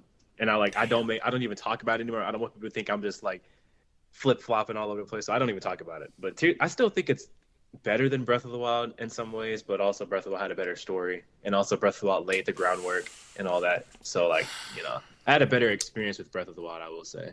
I would want to go back, but I think they're so drastically different for how similar they are that it's really tough. But I definitely understand that. Yeah. Okay, so DLC. No, I have nothing I can think of, to be honest. Nothing comes to mind. I'm looking at my list. I got nothing. Two interesting suggestions that I would put out there. Number one, the DLC for Resident Evil 7 and 8. Not the Chris one, both of the paid ones. So there's one where you play as the daughter in 8 and Joe Baker for 7. Resident Evil, Capcom is really, really good at doing deals. Oh my god, the Ada Wong DLC for RE4 Remake is so fucking good! Yeah, okay, that's the one. Yeah, I played that earlier this year. So much fun. I'm actually going to do another playthrough soon. Oh my god, that's another one. I should have thought of Separate Ways. Separate Ways is like such a good piece of DLC, but yeah, there are so many crazy ones out there. Another ones that kind of come to mind, the Castlevania DLC for Vampire Survivors and for Dead Souls, like those are basically their own games. And I got one. Final Fantasy VII, the Yuffie DLC intermission. I know it's only 4 hours long, but that's the reason. But you know what? That kind of goes up there like Kingdom Hearts, though. Like, think of like the Remind DLC for KH3. Like, the story's not that long, but there's a lot of replay value. Like all those super bosses, all the extra challenges you have to do. Yeah, there's a lot of tough stuff in at least the intermission DLC, and that's like I said, that's the reason I bought a PS5 in the first place. Ridiculous, but that's the reason I bought it. So. Yeah. Well, that is our thoughts on the Keeleys. I will be watching. Rikku, will you be watching? I'll be watching at home in the comfort of my bed, completely comfortable, snugged in, just watching the whole time. Because I genuinely love the Game Awards. It's such a fun event to attend, even if the trailers don't blow me away all the time. I forget if we've ever done these together. I've streamed a couple of them. God, they love to copyright the fuck out of you though when you live stream them. But have you ever done any live stream for the Game Awards, or have I ever invited you on of any of them? We've never done one together, but I have tried to. Well, I have done a sort of recording. I was going to upload it on YouTube of the Game Awards of the year that they announced Sephiroth, but it was so painful because it was like the first thing they did was Sephiroth. Everything else was just like not super interesting. Yeah, that was a really like beginning heavy one with it. But like my favorite thing similar with E3 back in the day would be, oh hey, I'm going to invite all my friends over. We'll all sit on the couch. And during, like, the pandemic and stuff, that's where I did a lot of streaming for it. But I think this year, especially with, like, the way my apartment's, like, I'm like, oh, yeah, I could probably invite, like, 2 or 3 of my friends over and we just watch it. Because it's that thing of, like, I'm in it for the awards and the trailers. But, like, even if you're not, it's like, hey, get some pizza, get some drinks, get your friends over. And it's like, it just makes it more fun to sit there and kind of watch. Or just to be like, Rikku and just snuggle up in bed. Yeah, you can... It's like a perfect, like, kind of chill gathering event. You could have, like... 100%. Play some Uno, have it in the background, something collabs. Hey, look at this trailer come out. That's a vibe. That's a good idea. I think I'm going to do that this year. Get a couple of my friends over. Weird things about me that I will still never understand how they are real. I went 20-plus years on this earth. I never played Uno until I met Mary. Wow, man. Yeah, people will be like, bro, how'd you not play Uno? I'm like, dude, didn't come on my Xbox. I didn't have it. No, the digital version of Uno sucks because they make you sign in now. I hate that. I genuinely can't stand it. But we have very obnoxiously large. You ever seen the giant Uno cards? Yeah, I've seen those. Yeah. We have giant Uno BTS edition. So if you've ever been like, oh, Spencer, what Uno deck are you playing with at your house? The giant BTS cards. Alright, yeah. Just don't play No Mercy Uno. That's a little crazy. Yo, that shit's wild, by the way. The sub-games, like, we've done Uno Flip is actually pretty fun. Okay, the one I will say, like, is missed potential only because I'm very inappropriate. Uno Truth or Dare, if that was written by someone who wasn't a 7th grader's grandma, would be really funny. Oh, that'd be a really fun game for sure, yeah. Like, we need the dudes who do, like, Cards Against Humanity or Jackbox to do, like, Uno Truth or Dare. Then it'd be, like, a game tier. Mm-hmm. Yeah, that'd be really cool. For sure.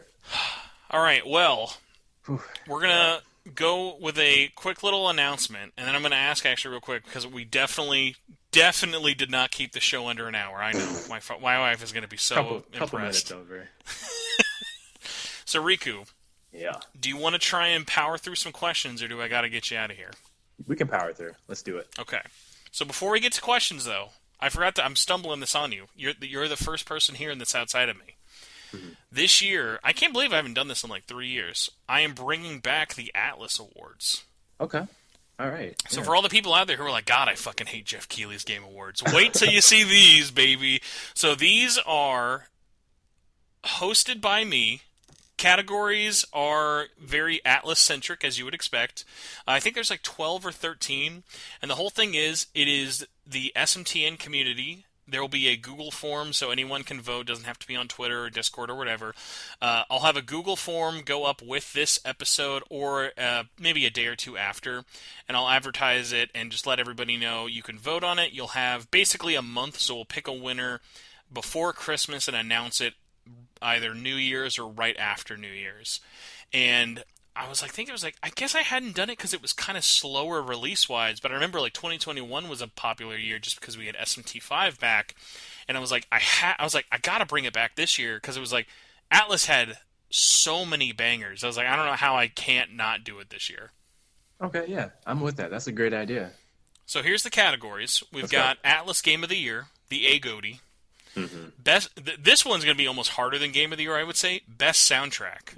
And so as a reminder, by the way, so all the things you can vote for, outside of a couple categories, you are picking between Persona 3 Reload, which does include Fez, as well as Unicorn Overlord, SMT5 Vengeance, and Metaphor. I'm probably forgetting something else, but those are the biggies. Yeah, P3R, Unicorn Overlord, SMT5 Vengeance, and Metaphor. So we've got Soundtrack of the Year, Art Style of the Year, Best Performance. So we're going to have one for each of the games, because obviously the casts are all so big, it'd be like insane.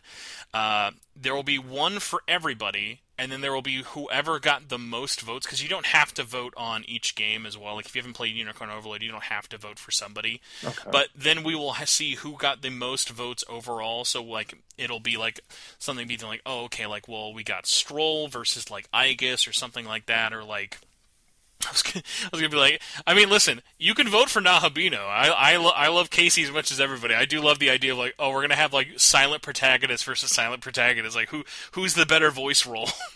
Okay, yeah, that's a really good idea. Best story, favorite platform. So this one's a like, where do you like to play Atlus games the most? Because like some people are like all Switch, all PC, but especially now that like none of these are system exclusive anymore this year, it'll be kind of more fun to pick like, hey, what do you like to play on the most for your Atlus games? Okay, yeah. And then this is when we get very Spencer baity. Best demo.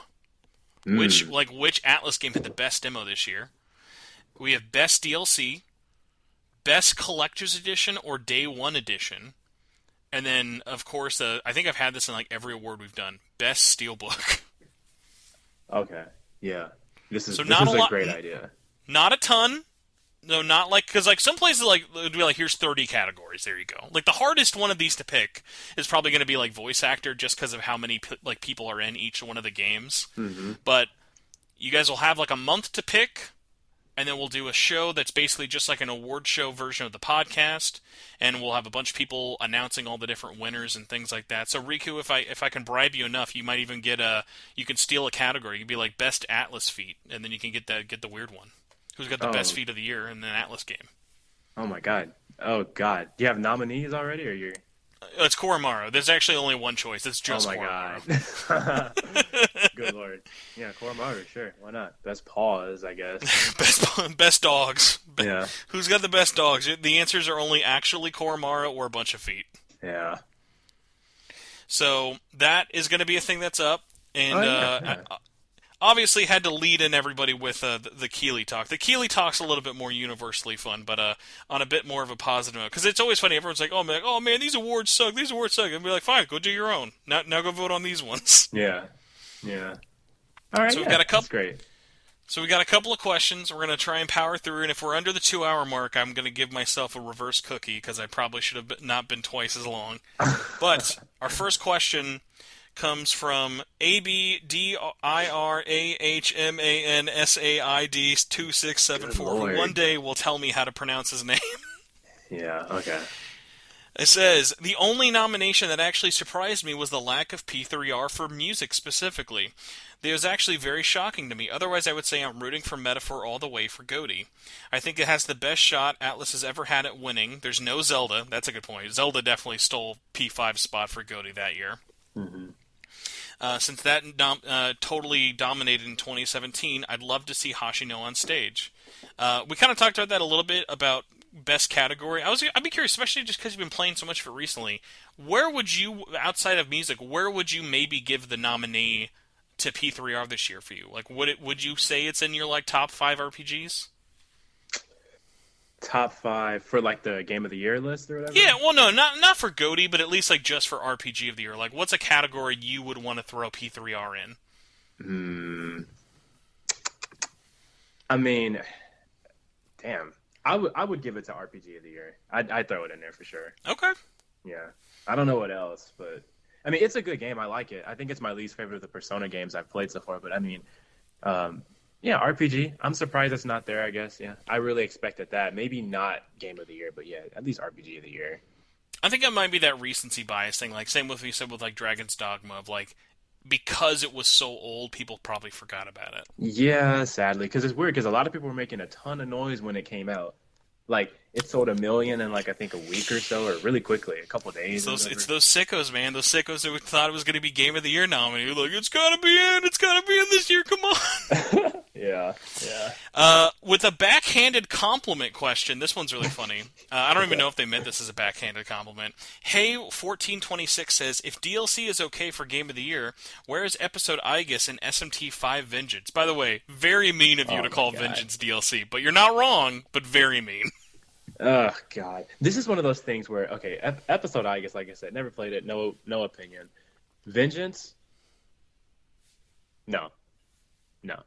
That game is it's not Game of the Year. I don't think, and I also don't think it is DLC on its own. I think that is enough of its own. I guess it's just like an expanded re-release. Actually, that made me think about how I kind of just am starting to dislike re-releases specifically from Atlas because I just kind of wish it was like that the first time. A little off topic. See, But the problem though, is the Vengeance is the best version of 5. it Like, it's is. not perfect, but I'm like, damn it, I don't like that you resold me this game 4 times, but also, fuck, you made it really good. Yeah, it's so good. I just hate that like so much of my like discovering stuff and like seeing things for the first time was with the original and not with Vengeance. I just kind of wish they kind of waited a little bit longer. Oh, But it for is what sure. it is what it is. So here's a good one. I like this one because I totally forgot about this until they mentioned it. Gilded Lady says, I'm very happy that Atlas has gotten so many nominees, especially after the amazing year they've had. Mhm. That said, I do think the nominations feel that I do feel like the nominees feel like they were included because of reviews more than anything. I do expect Rebirth to take it, but and they added this, and this is a great point. I forgot because the Game Awards always does this. All I want to take out of the Game Awards this year is the live performance of Metaphor's battle theme. Because remember, before they pick the winner, they do Mhm. every game in there. They do like a little medley with all the songs. Yeah. So that means we have a chance to hear the Metaphor battle theme followed up by the Astrobot song. And then Flute Guy hopefully as well at some point in there. Bro, the flute guy, he might literally be the one busting out the throat chaining. I don't know. I don't know who's going to be the throat goat on the stage this year, but we got to find out. Yeah. No, that's one of my favorite parts of the Game of the Year as well, is the orchestra. They do a great job with it. What was their question again? They were just like giving a comment No, on, it was more of just saying like, hey, I think on it's the probably reviews. going to be anything more of just like a statement for it than a question. But yeah, the reminder of the orchestra playing there, that's like honestly kind of the best part of the show outside of the trailers. Yeah, absolutely a top tier experience of the Game Awards for sure, yeah. Let us see here. Another more of a statement than anything. Okay. But Lukman says, I'm really happy to have Atlus have so many wins with Metaphor this year, and especially getting so many nominations. The wait from 2016 to now has definitely been worth it, and I hope it wins at least one award. I even if Metaphor don't win Game of the Year, I'm like, statistically it's got to win something. I'm like, this thing's got to win at least like one, if not more awards. It'd be crazy if it like takes the sweep. I think it could be like literally a coin flip. I think there's also a good chance Astrobot's in that same spot of like, I would love it if Astrobot just somehow finds a way to get like all 5 awards. Astrobot sweep, Ape Escape in 2024, let's go. No, I think deserve it. I'd be really happy if also if Metaphor was to win Game of the Year. I feel like Atlus is just a really, really solid company. I don't want to do any hyperbole, but I think that they're honestly one of the biggest, not biggest, maybe most top tier and dedicated RPG developers that I can think of at the moment. They've been grinding, putting out games like crazy this year. And like ever since P5, they've been trying to get that game that can sort of like be up to that level of hype. And if this game wins Game of the Year, they got it. That's it for them. So I'd be really happy for that. What I like to imagine is no matter who wins, whatever game gets Game of the Year, the person who gets the award has to come up and announce their next game. So Astrobot, instead of an acceptance speech, the director's going to come on stage and just say, Ape Escape 5 coming next year. And just everyone freaks out in the room. That's dude. I won't be able to play. I'll die if they say that. I'll die from hype. Nah. Riku's going to die tucked into bed watching the Game Awards because Ape Escape got announced. I got to see the People Monkey. I'm so happy. Like I said, I've said it before, but like, no matter what Sony does, all this like negative press they get, whatever, blah blah. They make a new Ape Escape game. I forgive everything. I don't care. All Concords are forgiven for Ape Escape. Yeah, Ape Escape will save the gaming industry. Oh my god! All right, well that is it for everyone's thoughts on the Game Awards and all that other fun stuff. Riku, thank you for going horrendously long with me and coming on. Where can people find you online? You can find me on YouTube. My YouTube name is KatanaRikku. I haven't made a video in like 2 months, but I am working on some stuff that may or may not get published within the next month or two. I don't know. I just kind of lost my motivation. New video by 2025 challenge. Yeah, we'll have at least one video by 2025. What is it? It's currently November 22nd. Yeah, you got like a month and a week. Yeah, I got time. So yeah, you can find me on YouTube. You can also find me on Twitter/X, also at KatanaRikku, and also Blue Sky. Just made an account a couple weeks ago on Blue Sky, so make sure you follow me there. I know people are like, oh, they're moving over. I'm still going to use Twitter. It's great for like promoting my videos and stuff like that. That's the best part too. Is we all know when anyone's like, "Here's my Blue Sky," we all know you're still posting on Twitter. Yeah. No one's hard leaving Twitter. Yeah, Twitter. It's just I got such a big following on there. I'm never going to abandon it unless my accounts get like compromised or something. Nah, but Blue Sky is nice right now. I like it. But for like promoting my videos, Twitter's been the goat for that. So yeah, follow me there. And yeah, that's pretty much it. Okay, so question for you / also everyone listening. Legitimately, I've been wondering. I mostly only talked about this in the Discord a little bit. Should I make a Blue Sky? Because like my thing is like I already feel like I should use more of the social medias I'm on. Of like because already with everything we have outside of YouTube, it's like we have Twitter, we have the Facebook group, we have the Discord. I'm like I already barely use Instagram. I'm barely ever on Reddit anymore. And it's that thing, though, of, like, I like being active on Twitter, and obviously I could just, like, kind of copy and paste both, but I'm just kind of like, I don't want to just make a Blue Sky just to have it, but then I'm also, like, because people had mentioned, it's like, okay, well, should I have it just so that I have it in case I want to? Because my thing is, like, I'm fine to make one. There's never been a single person out there who's like, Spencer, you gotta make it. You gotta make a Blue Sky. Okay, I will say this. You probably don't need to rush to make one, but also because I mean, if it's the same as Twitter, it's just extra effort. Honestly, I haven't even posted that much yet on my own, but I would make one just to take your username before somebody else takes it. See, now I'm going to have to make one before this episode, but I did publicly mock. I did say, I wish I was popular enough for someone to steal my handle. Like, oh man, it'd be great if we were that popular. Yeah, you're probably fine, but yeah, I would at least make one and just to have it, just in case. Someone's got to sit on it, man. Someone's got to sit on it. Yeah, I might take that username if you ain't careful now. I'm gonna be under KatanaRikku. Yeah. But yeah, there we go. I think you should just go ahead and make it just to have the username. Don't even worry about using it. Just have it. Yeah. All right, you've coaxed me into at least stealing the name. So let's go. Everybody, Make sure to follow Rikku. Like I said, we got the Discord, Twitter. Allegedly, let me know if you want comments on the video and stuff like that. If you think we should do a Blue Sky, or actually post on Blue Sky. But best place to post and the best place to support the show outside of listening, patreon.com/SMTN. Thank you to all of the people who donate on there, but especially to all of the executive producers. So thank you in no particular order to John Massey, Crazy Sloth, Michael Wilson, Budweiser Tall Cans, Carlos Hernandez, Cross Renren, Winnie, Jagingus, Goro Cero, Solaire, Stephen Yip, and Patrick Dissart. Thank you all so much for supporting the show financially. Thank you so much for listening. And Rikku, thank you for coming on. We gotta have you on more than every 24 plus months. Yeah, thank you for the invite. I know we've been trying to get it together for a minute, but I've just been so busy and schedules haven't been lining up. But Ape Escape, the Ape Escape podcast. We'll bring you on for it. If they announce a new Ape Escape, or if we just want to talk about Ape Escape, have me on. I'm the one who wants to talk about Ape Escape. I mean, listen, 24/7. We could just do an episode about Metal Gear Solid 3, and then remind ourselves that there was an Ape Escape collab with Metal Gear Solid 3, and then we just talk about Ape Escape instead. Yeah, do the nice little bait and switch. Let's do it. Everybody loves that. All the Atlus fans love Ape Escape. Yeah. God, I fucking love Ape Escape. All right, everybody. Thank you so much for listening. Enjoy the rest of your day, night, whatever it is you're listening to this, and we will see you next week. Goodbye, everybody. Goodbye.